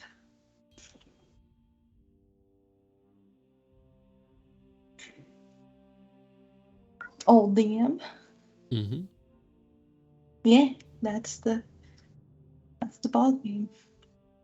And then she lies down, closes her eyes, goes to sleep. I was just reading the spell. I figured that's why I kept talking while you were looking at me. You think and you concentrate and you start to have the ghost feeling. I'd like you to tell me at least physically what it looks like in this room. If What it there's looks any like any signs, or if it's just instantaneous, what wasn't there is there now sort of situation. I like how you said there's like a phantom limb feeling, but immediately after, she's tired. She's had a very hard, very long day. So immediately after she casts the spell on herself, before she sees any effects, she feels the phantom feeling. And before she sees anything, she lies down with a smile on her face, assuming that when she wakes up, she will have her other hand. Sure. But she falls asleep almost immediately. Right. It's interesting that you have some of these thoughts racing across your mind at this very point, with this memory going through your head. And when you think back, those traps were never really set by Yidril. Yidril was a monster, no doubt. He would snuff life out without a second thought. But the more you think about it, he wasn't torturous to anybody but you.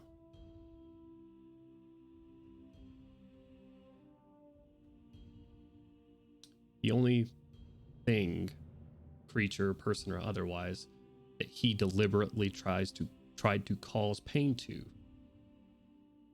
other than just snuffing the life out of it, was you.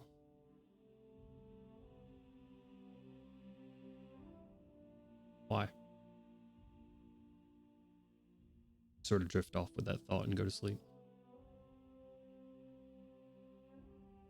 Sick. Day 2. Everybody wakes up. Breakfast is ready once again, an entirely overboard breakfast of more than what needs to be cooked. If anyone should ask, Erish will immediately tell you that there's just a lot of food stores that needs to be getting rid of because you guys haven't been on the ship for a while and he needs to get rid of some stuff. Otto would have spent the evening on the deck reading Milo's personal journals. Not his research journals, his diaries. Right. Probably still there when the first people start to wake up because he does not sleep. Right. Would like to say that I need to add Dario's coat to your inventory, Kaushik. Oh! Well, that wasn't meant to be a stab at you. I'm just letting you know that you have a new item on, or Everywhere I go, I see his face. Alex said, by the way, your boyfriend said. That's not what I meant at all. I just thought about, I was like, damn, I still need to get the Jade Fist added on to Ken's character. Oh shit, Dario's jacket as well. And so I will make a note. My bad, guys. My bad. Perfect comedic timing. Oh, by the way, Dario's dead. Fuck you. It's a new Dawn. Dario's still not here. Oh, Dawn. Oh, no. Dawn is what took him from me. I hate the sunrise. Turtle, shut up, baby. Baby. Kaushik wakes up and she stretches and wiggles the fingers on her left hand and wiggles the fingers on her right hand. What's it look like? She got a hand back. It looks like a little baby hand. I'm just kidding. Yeah, I mean, if you want it to, that's on you. But Like- I do like want to Deadpool. say, yeah, where her left hand, much like mine right now, that's funny, is very. Her nail beds are worn. Her nails are dirty. Under her nails are dirty. Her hands are battle scarred. You can tell that this hand has been through some shit. But her right hand, however, smooth porcelain skin. The nails are short, but they are clean. It's a beautiful, fresh, shiny new hand. And she thumbs up at herself. She says, hey. Hell yeah. Good job, me. And Kaushik starts her day off a little happier, a little more optimistic. Awesome. So, She deserves a little optimism. And Gorm's over there holding Haru. Mop and Glop around on the ship are taking care of certain things. Mostly Glop will be taking dishes and stuff like that. I was But like Mop and who? But Mop then I and remembered Glop. who Glop was, yeah. Eris will inform you that Mop named Glop. The candle guy. The candle wax golem, correct. All right. Day 2. Anything, guys? Day 2, start off breakfast with a bang. Once everything's, well, I'm sure there's gonna be plenty of leftovers. Yep. But Crowley's just going to announce while he's sipping on some coffee. He's gonna say, "I've made a lot of progress last night in regards to the scythe, as well as thinking about Milo's situation. And I wanted to ask you, DM, beforehand, like, Crowley being a soul guy, finger gun, I would know, like, all the various ways. Like, I'm experiencing at least 2 of them where, like, your soul would not be able to be, like, you wouldn't just see it. Like, it could be pulled, it could be held by an object, or there could be another thing, like an entity stopping it. And I just wanted to make sure that I'm rationalizing this correctly." You think very much so that very much so. You think very much so. Well, you've seen the Sybaris crystals. Jesus, if I could talk. The Sybaris crystals, very clearly, you've already been, told that these are holding souls within them. The staff is the same way. The legend lore would reveal that to you, that there isn't just one soul in there, that there are of your friends, there are thousands of souls within that staff. Indeed. And so I'll begin with the staff. Staff is a phylactery. Its name is Life Render. It was created from the essence of Arandis Vol, particularly at her demise.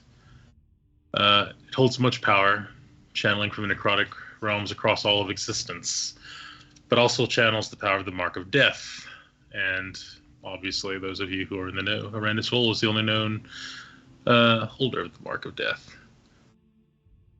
If someone is to wield this, they must do so through blood. There are thousands of souls in this thing. So very many are still held here.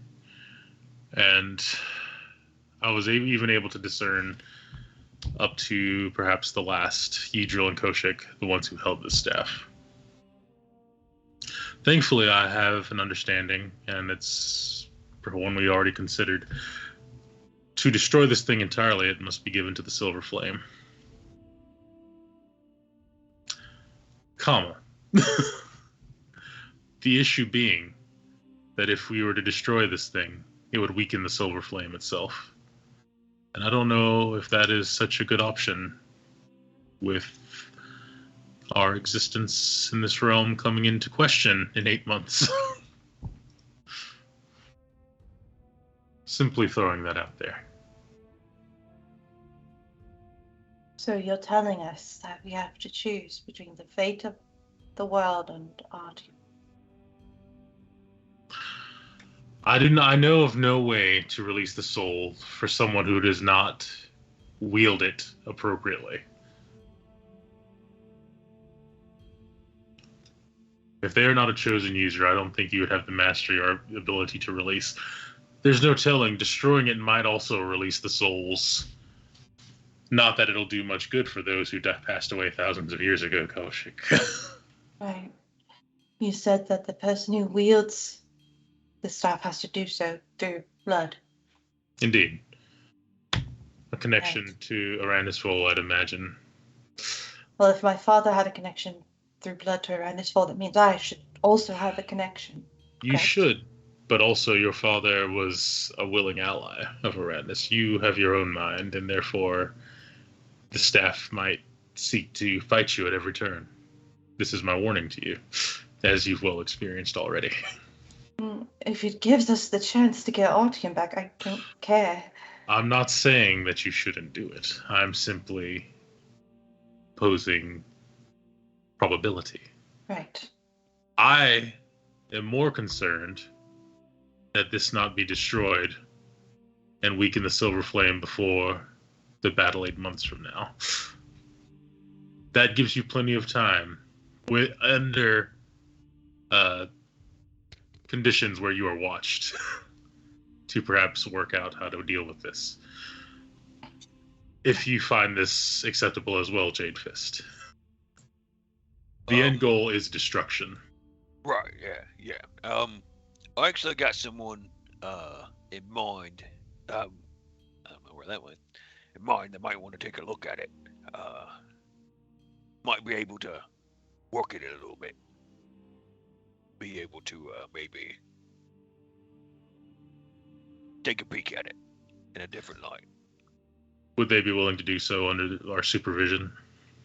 Absolutely not. I'm very weary of losing sight of this object. Right. Could take it into a room.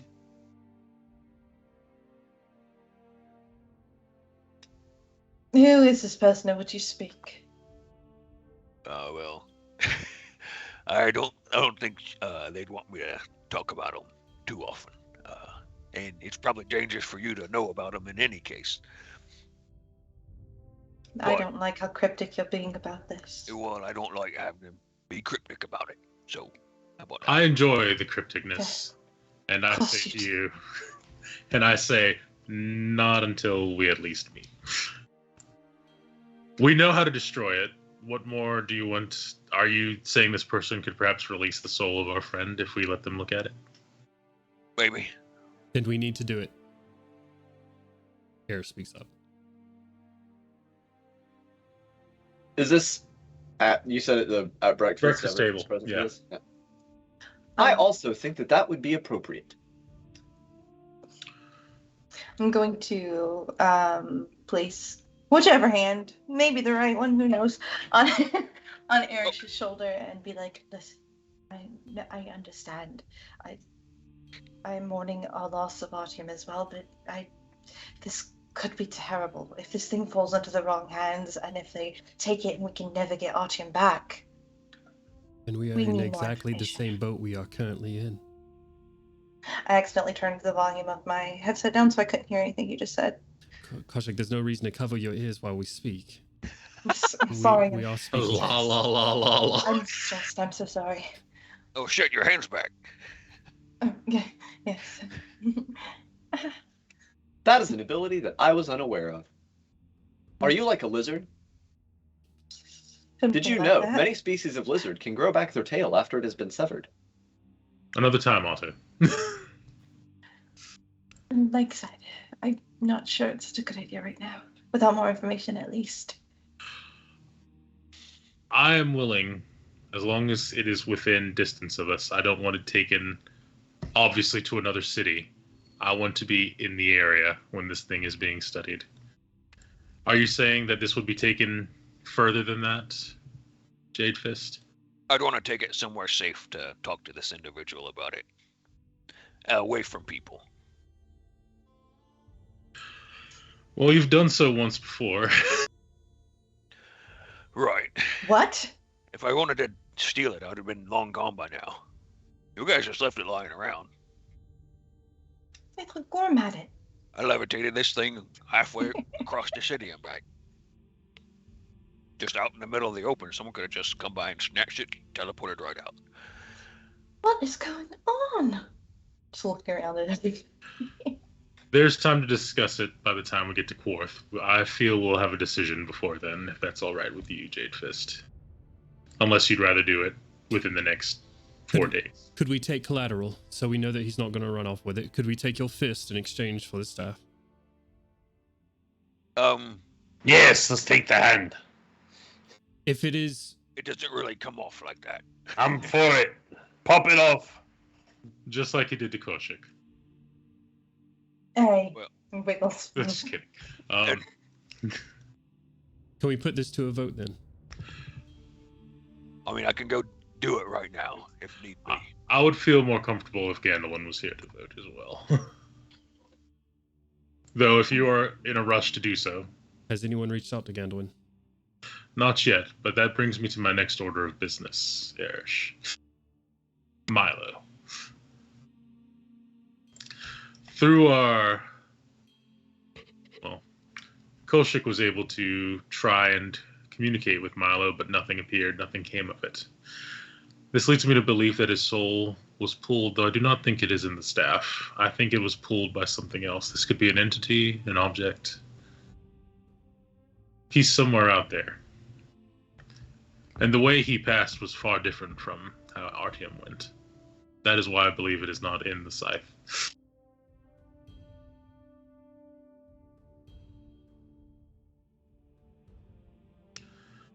Otto, do you know anything of your father experiencing any symptoms or anything different from the island onward? Has he made any note in his journal? You're asking if he had any memories past the island? Any memories of anything, really? Unfortunately, Uncle, I have no memories beyond the island. That was the last time that I received any kind of informational input. And he made no mention of anything odd or strange, a lack of scientificness to it.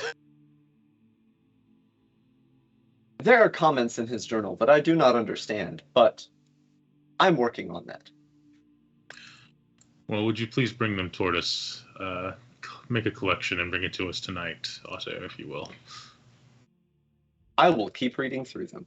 Thank you. I'm sorry I could not be of more help in locating Milo, but I do believe he has passed.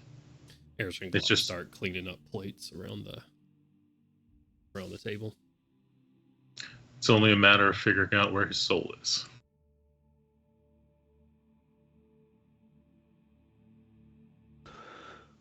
All right.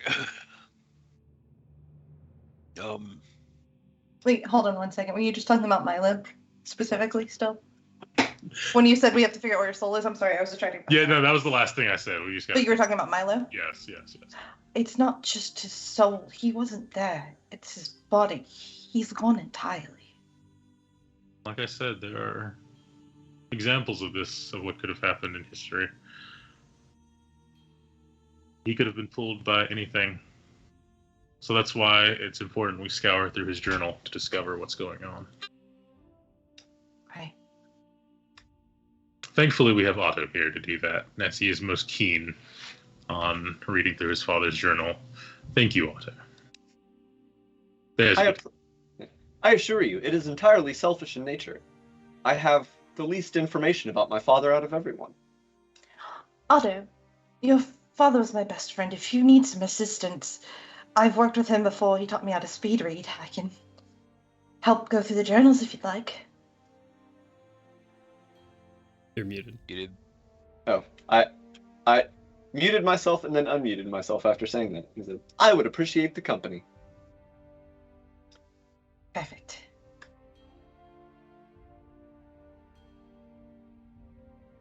So that's what I'll be doing. All right. Anyway, we'll try and get a hold of Gandalwin in a few minutes. If he is still pressed for time, then perhaps we'll vote if everyone is agreeable to that. All right. Sounds good to me. Let's go find Gandalf then. I'm already messaging him. Okay, what you saying? He's dead. They're gone. They're all dead. There's nothing. Anyway, we've discovered more about the scythe. The Jade Fist might have more information if he takes the scythe elsewhere. Yay or nay?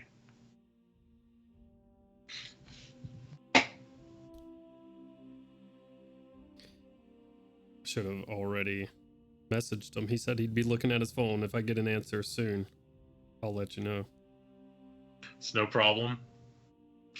He's got AOL. I've got Gmail. It's okay. Whoa, we're crossing platforms here, buddy. Exactly. Just call him live on stream. Be funny. Hey, Gandalwin. Gandalwin's like screaming.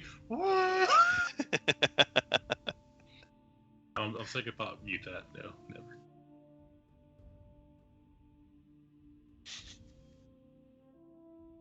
Oh, Ian, if you're watching, I sent you a Facebook message. I doubt you are. I was also wondering, perchance, if we get a hold of Gandalwin, if we would want to arrive at Quarth 2 days ahead of schedule, or 1 day. We keep moving these days up. I know, the great thing about it is I've never personally told you what day. Hey, you want to go? It's like still it's 5 days away. Like 5 It's days a away short from trip, so this like, day, right? yeah, I just don't know how soon you would want to be there, because I'd be preferable to at least knowing the city that we're going to. I have never visited Quarth myself. Nilbo said he'd get you there in about 8 hours. Like he could get you there overnight. Oh, even better. Nilbo Zoman. Yes, I would like at least some time to at least get a grasp of the city. All right, he's not answering, so may have to leave the answer up to the fate of the dice. Flip a coin. Gandalwin's busy. He doesn't respond. It is 9. You could leave it till next week when he's here. No, because we're leaving after next week. We're not staying another episode in the city. So if things are happening, we gotta make them go. Oh.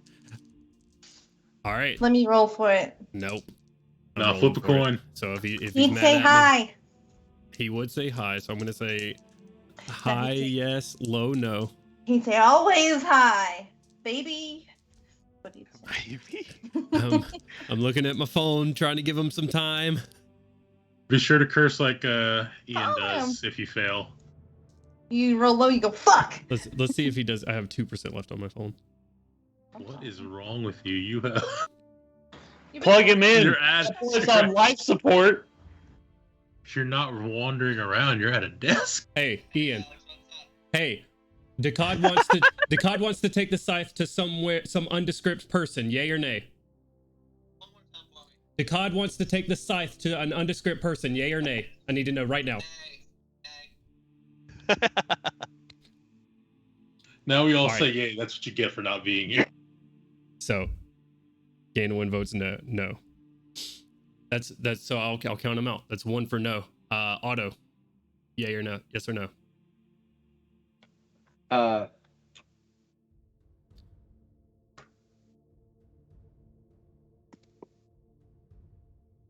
I think that it would be worth the risk. 1 for yes. Crowley. I'm gonna say nay. Gorham. Yay, we should do whatever we can to get our team back. Koshik. The pressure. There's a chance that we won't get Artyom back from it. No, I think there's too much of a risk. Do I get to vote? Certainly. Of course you do, Irish. You also forgot to cod vote. No, I didn't. Because not in the Shining Vanguard, he doesn't get a vote. Vote. You gotta vote. Hey, his vote You is gotta- he's a Mom? default Mom? vote. He is the proprietor of the idea. After all Yeah. of this, Bill walks Mom. up behind the breakfast table. Do I also get the vote? Of course you do, Bill. Duh.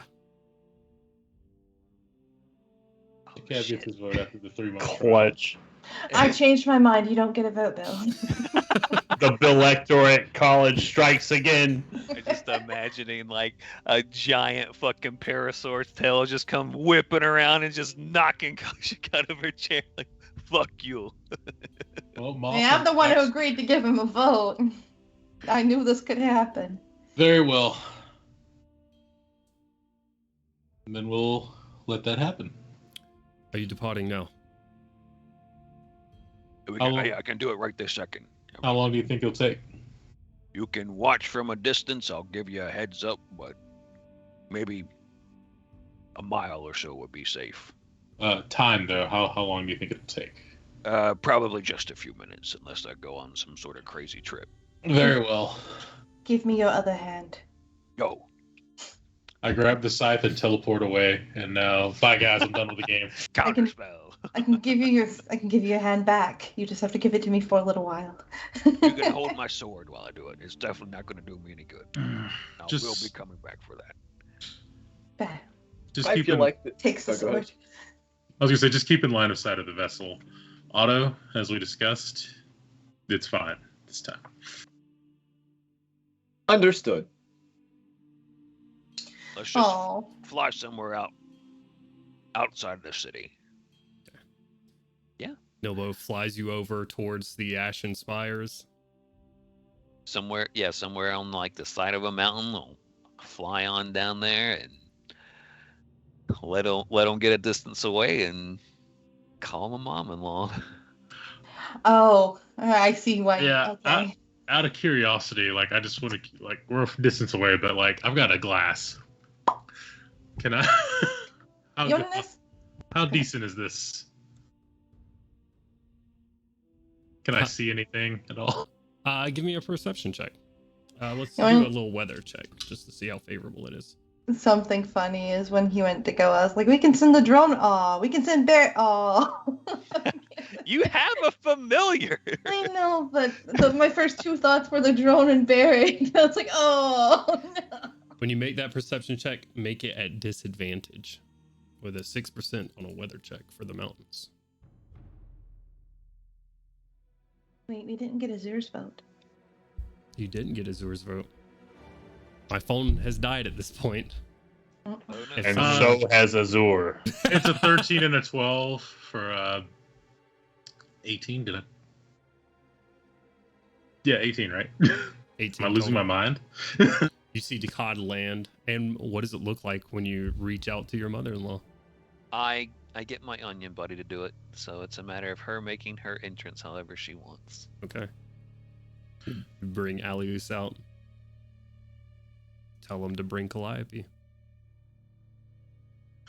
Can I make out Decod's face at all? Decod's face?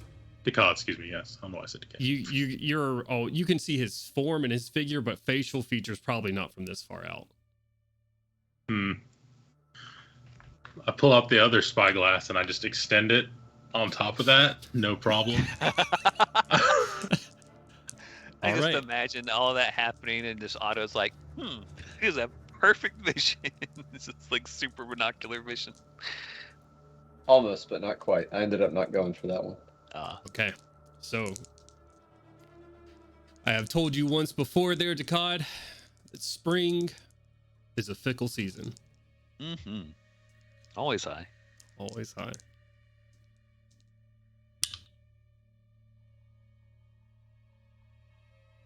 A warm wind blows on top of an icy cold mountain behind you, filling the air. Your luck persists, Decod. That's where we're going to end tonight's session.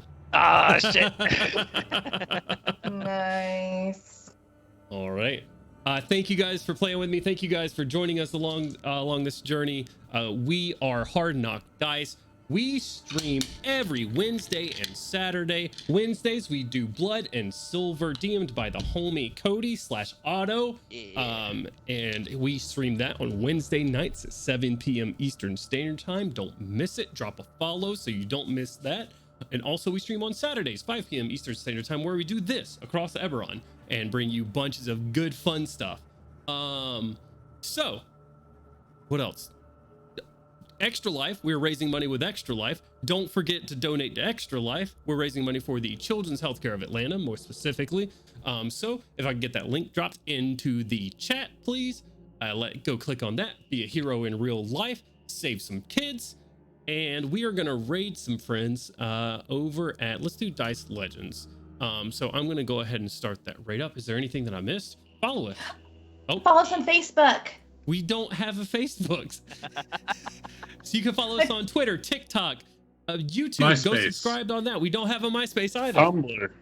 We don't have a Tumblr either. So anyways, go follow, support, sub if it's in your heart. Much love, guys. Bye. My pen's on sale. Go buy them. Buy my pens. Live journal.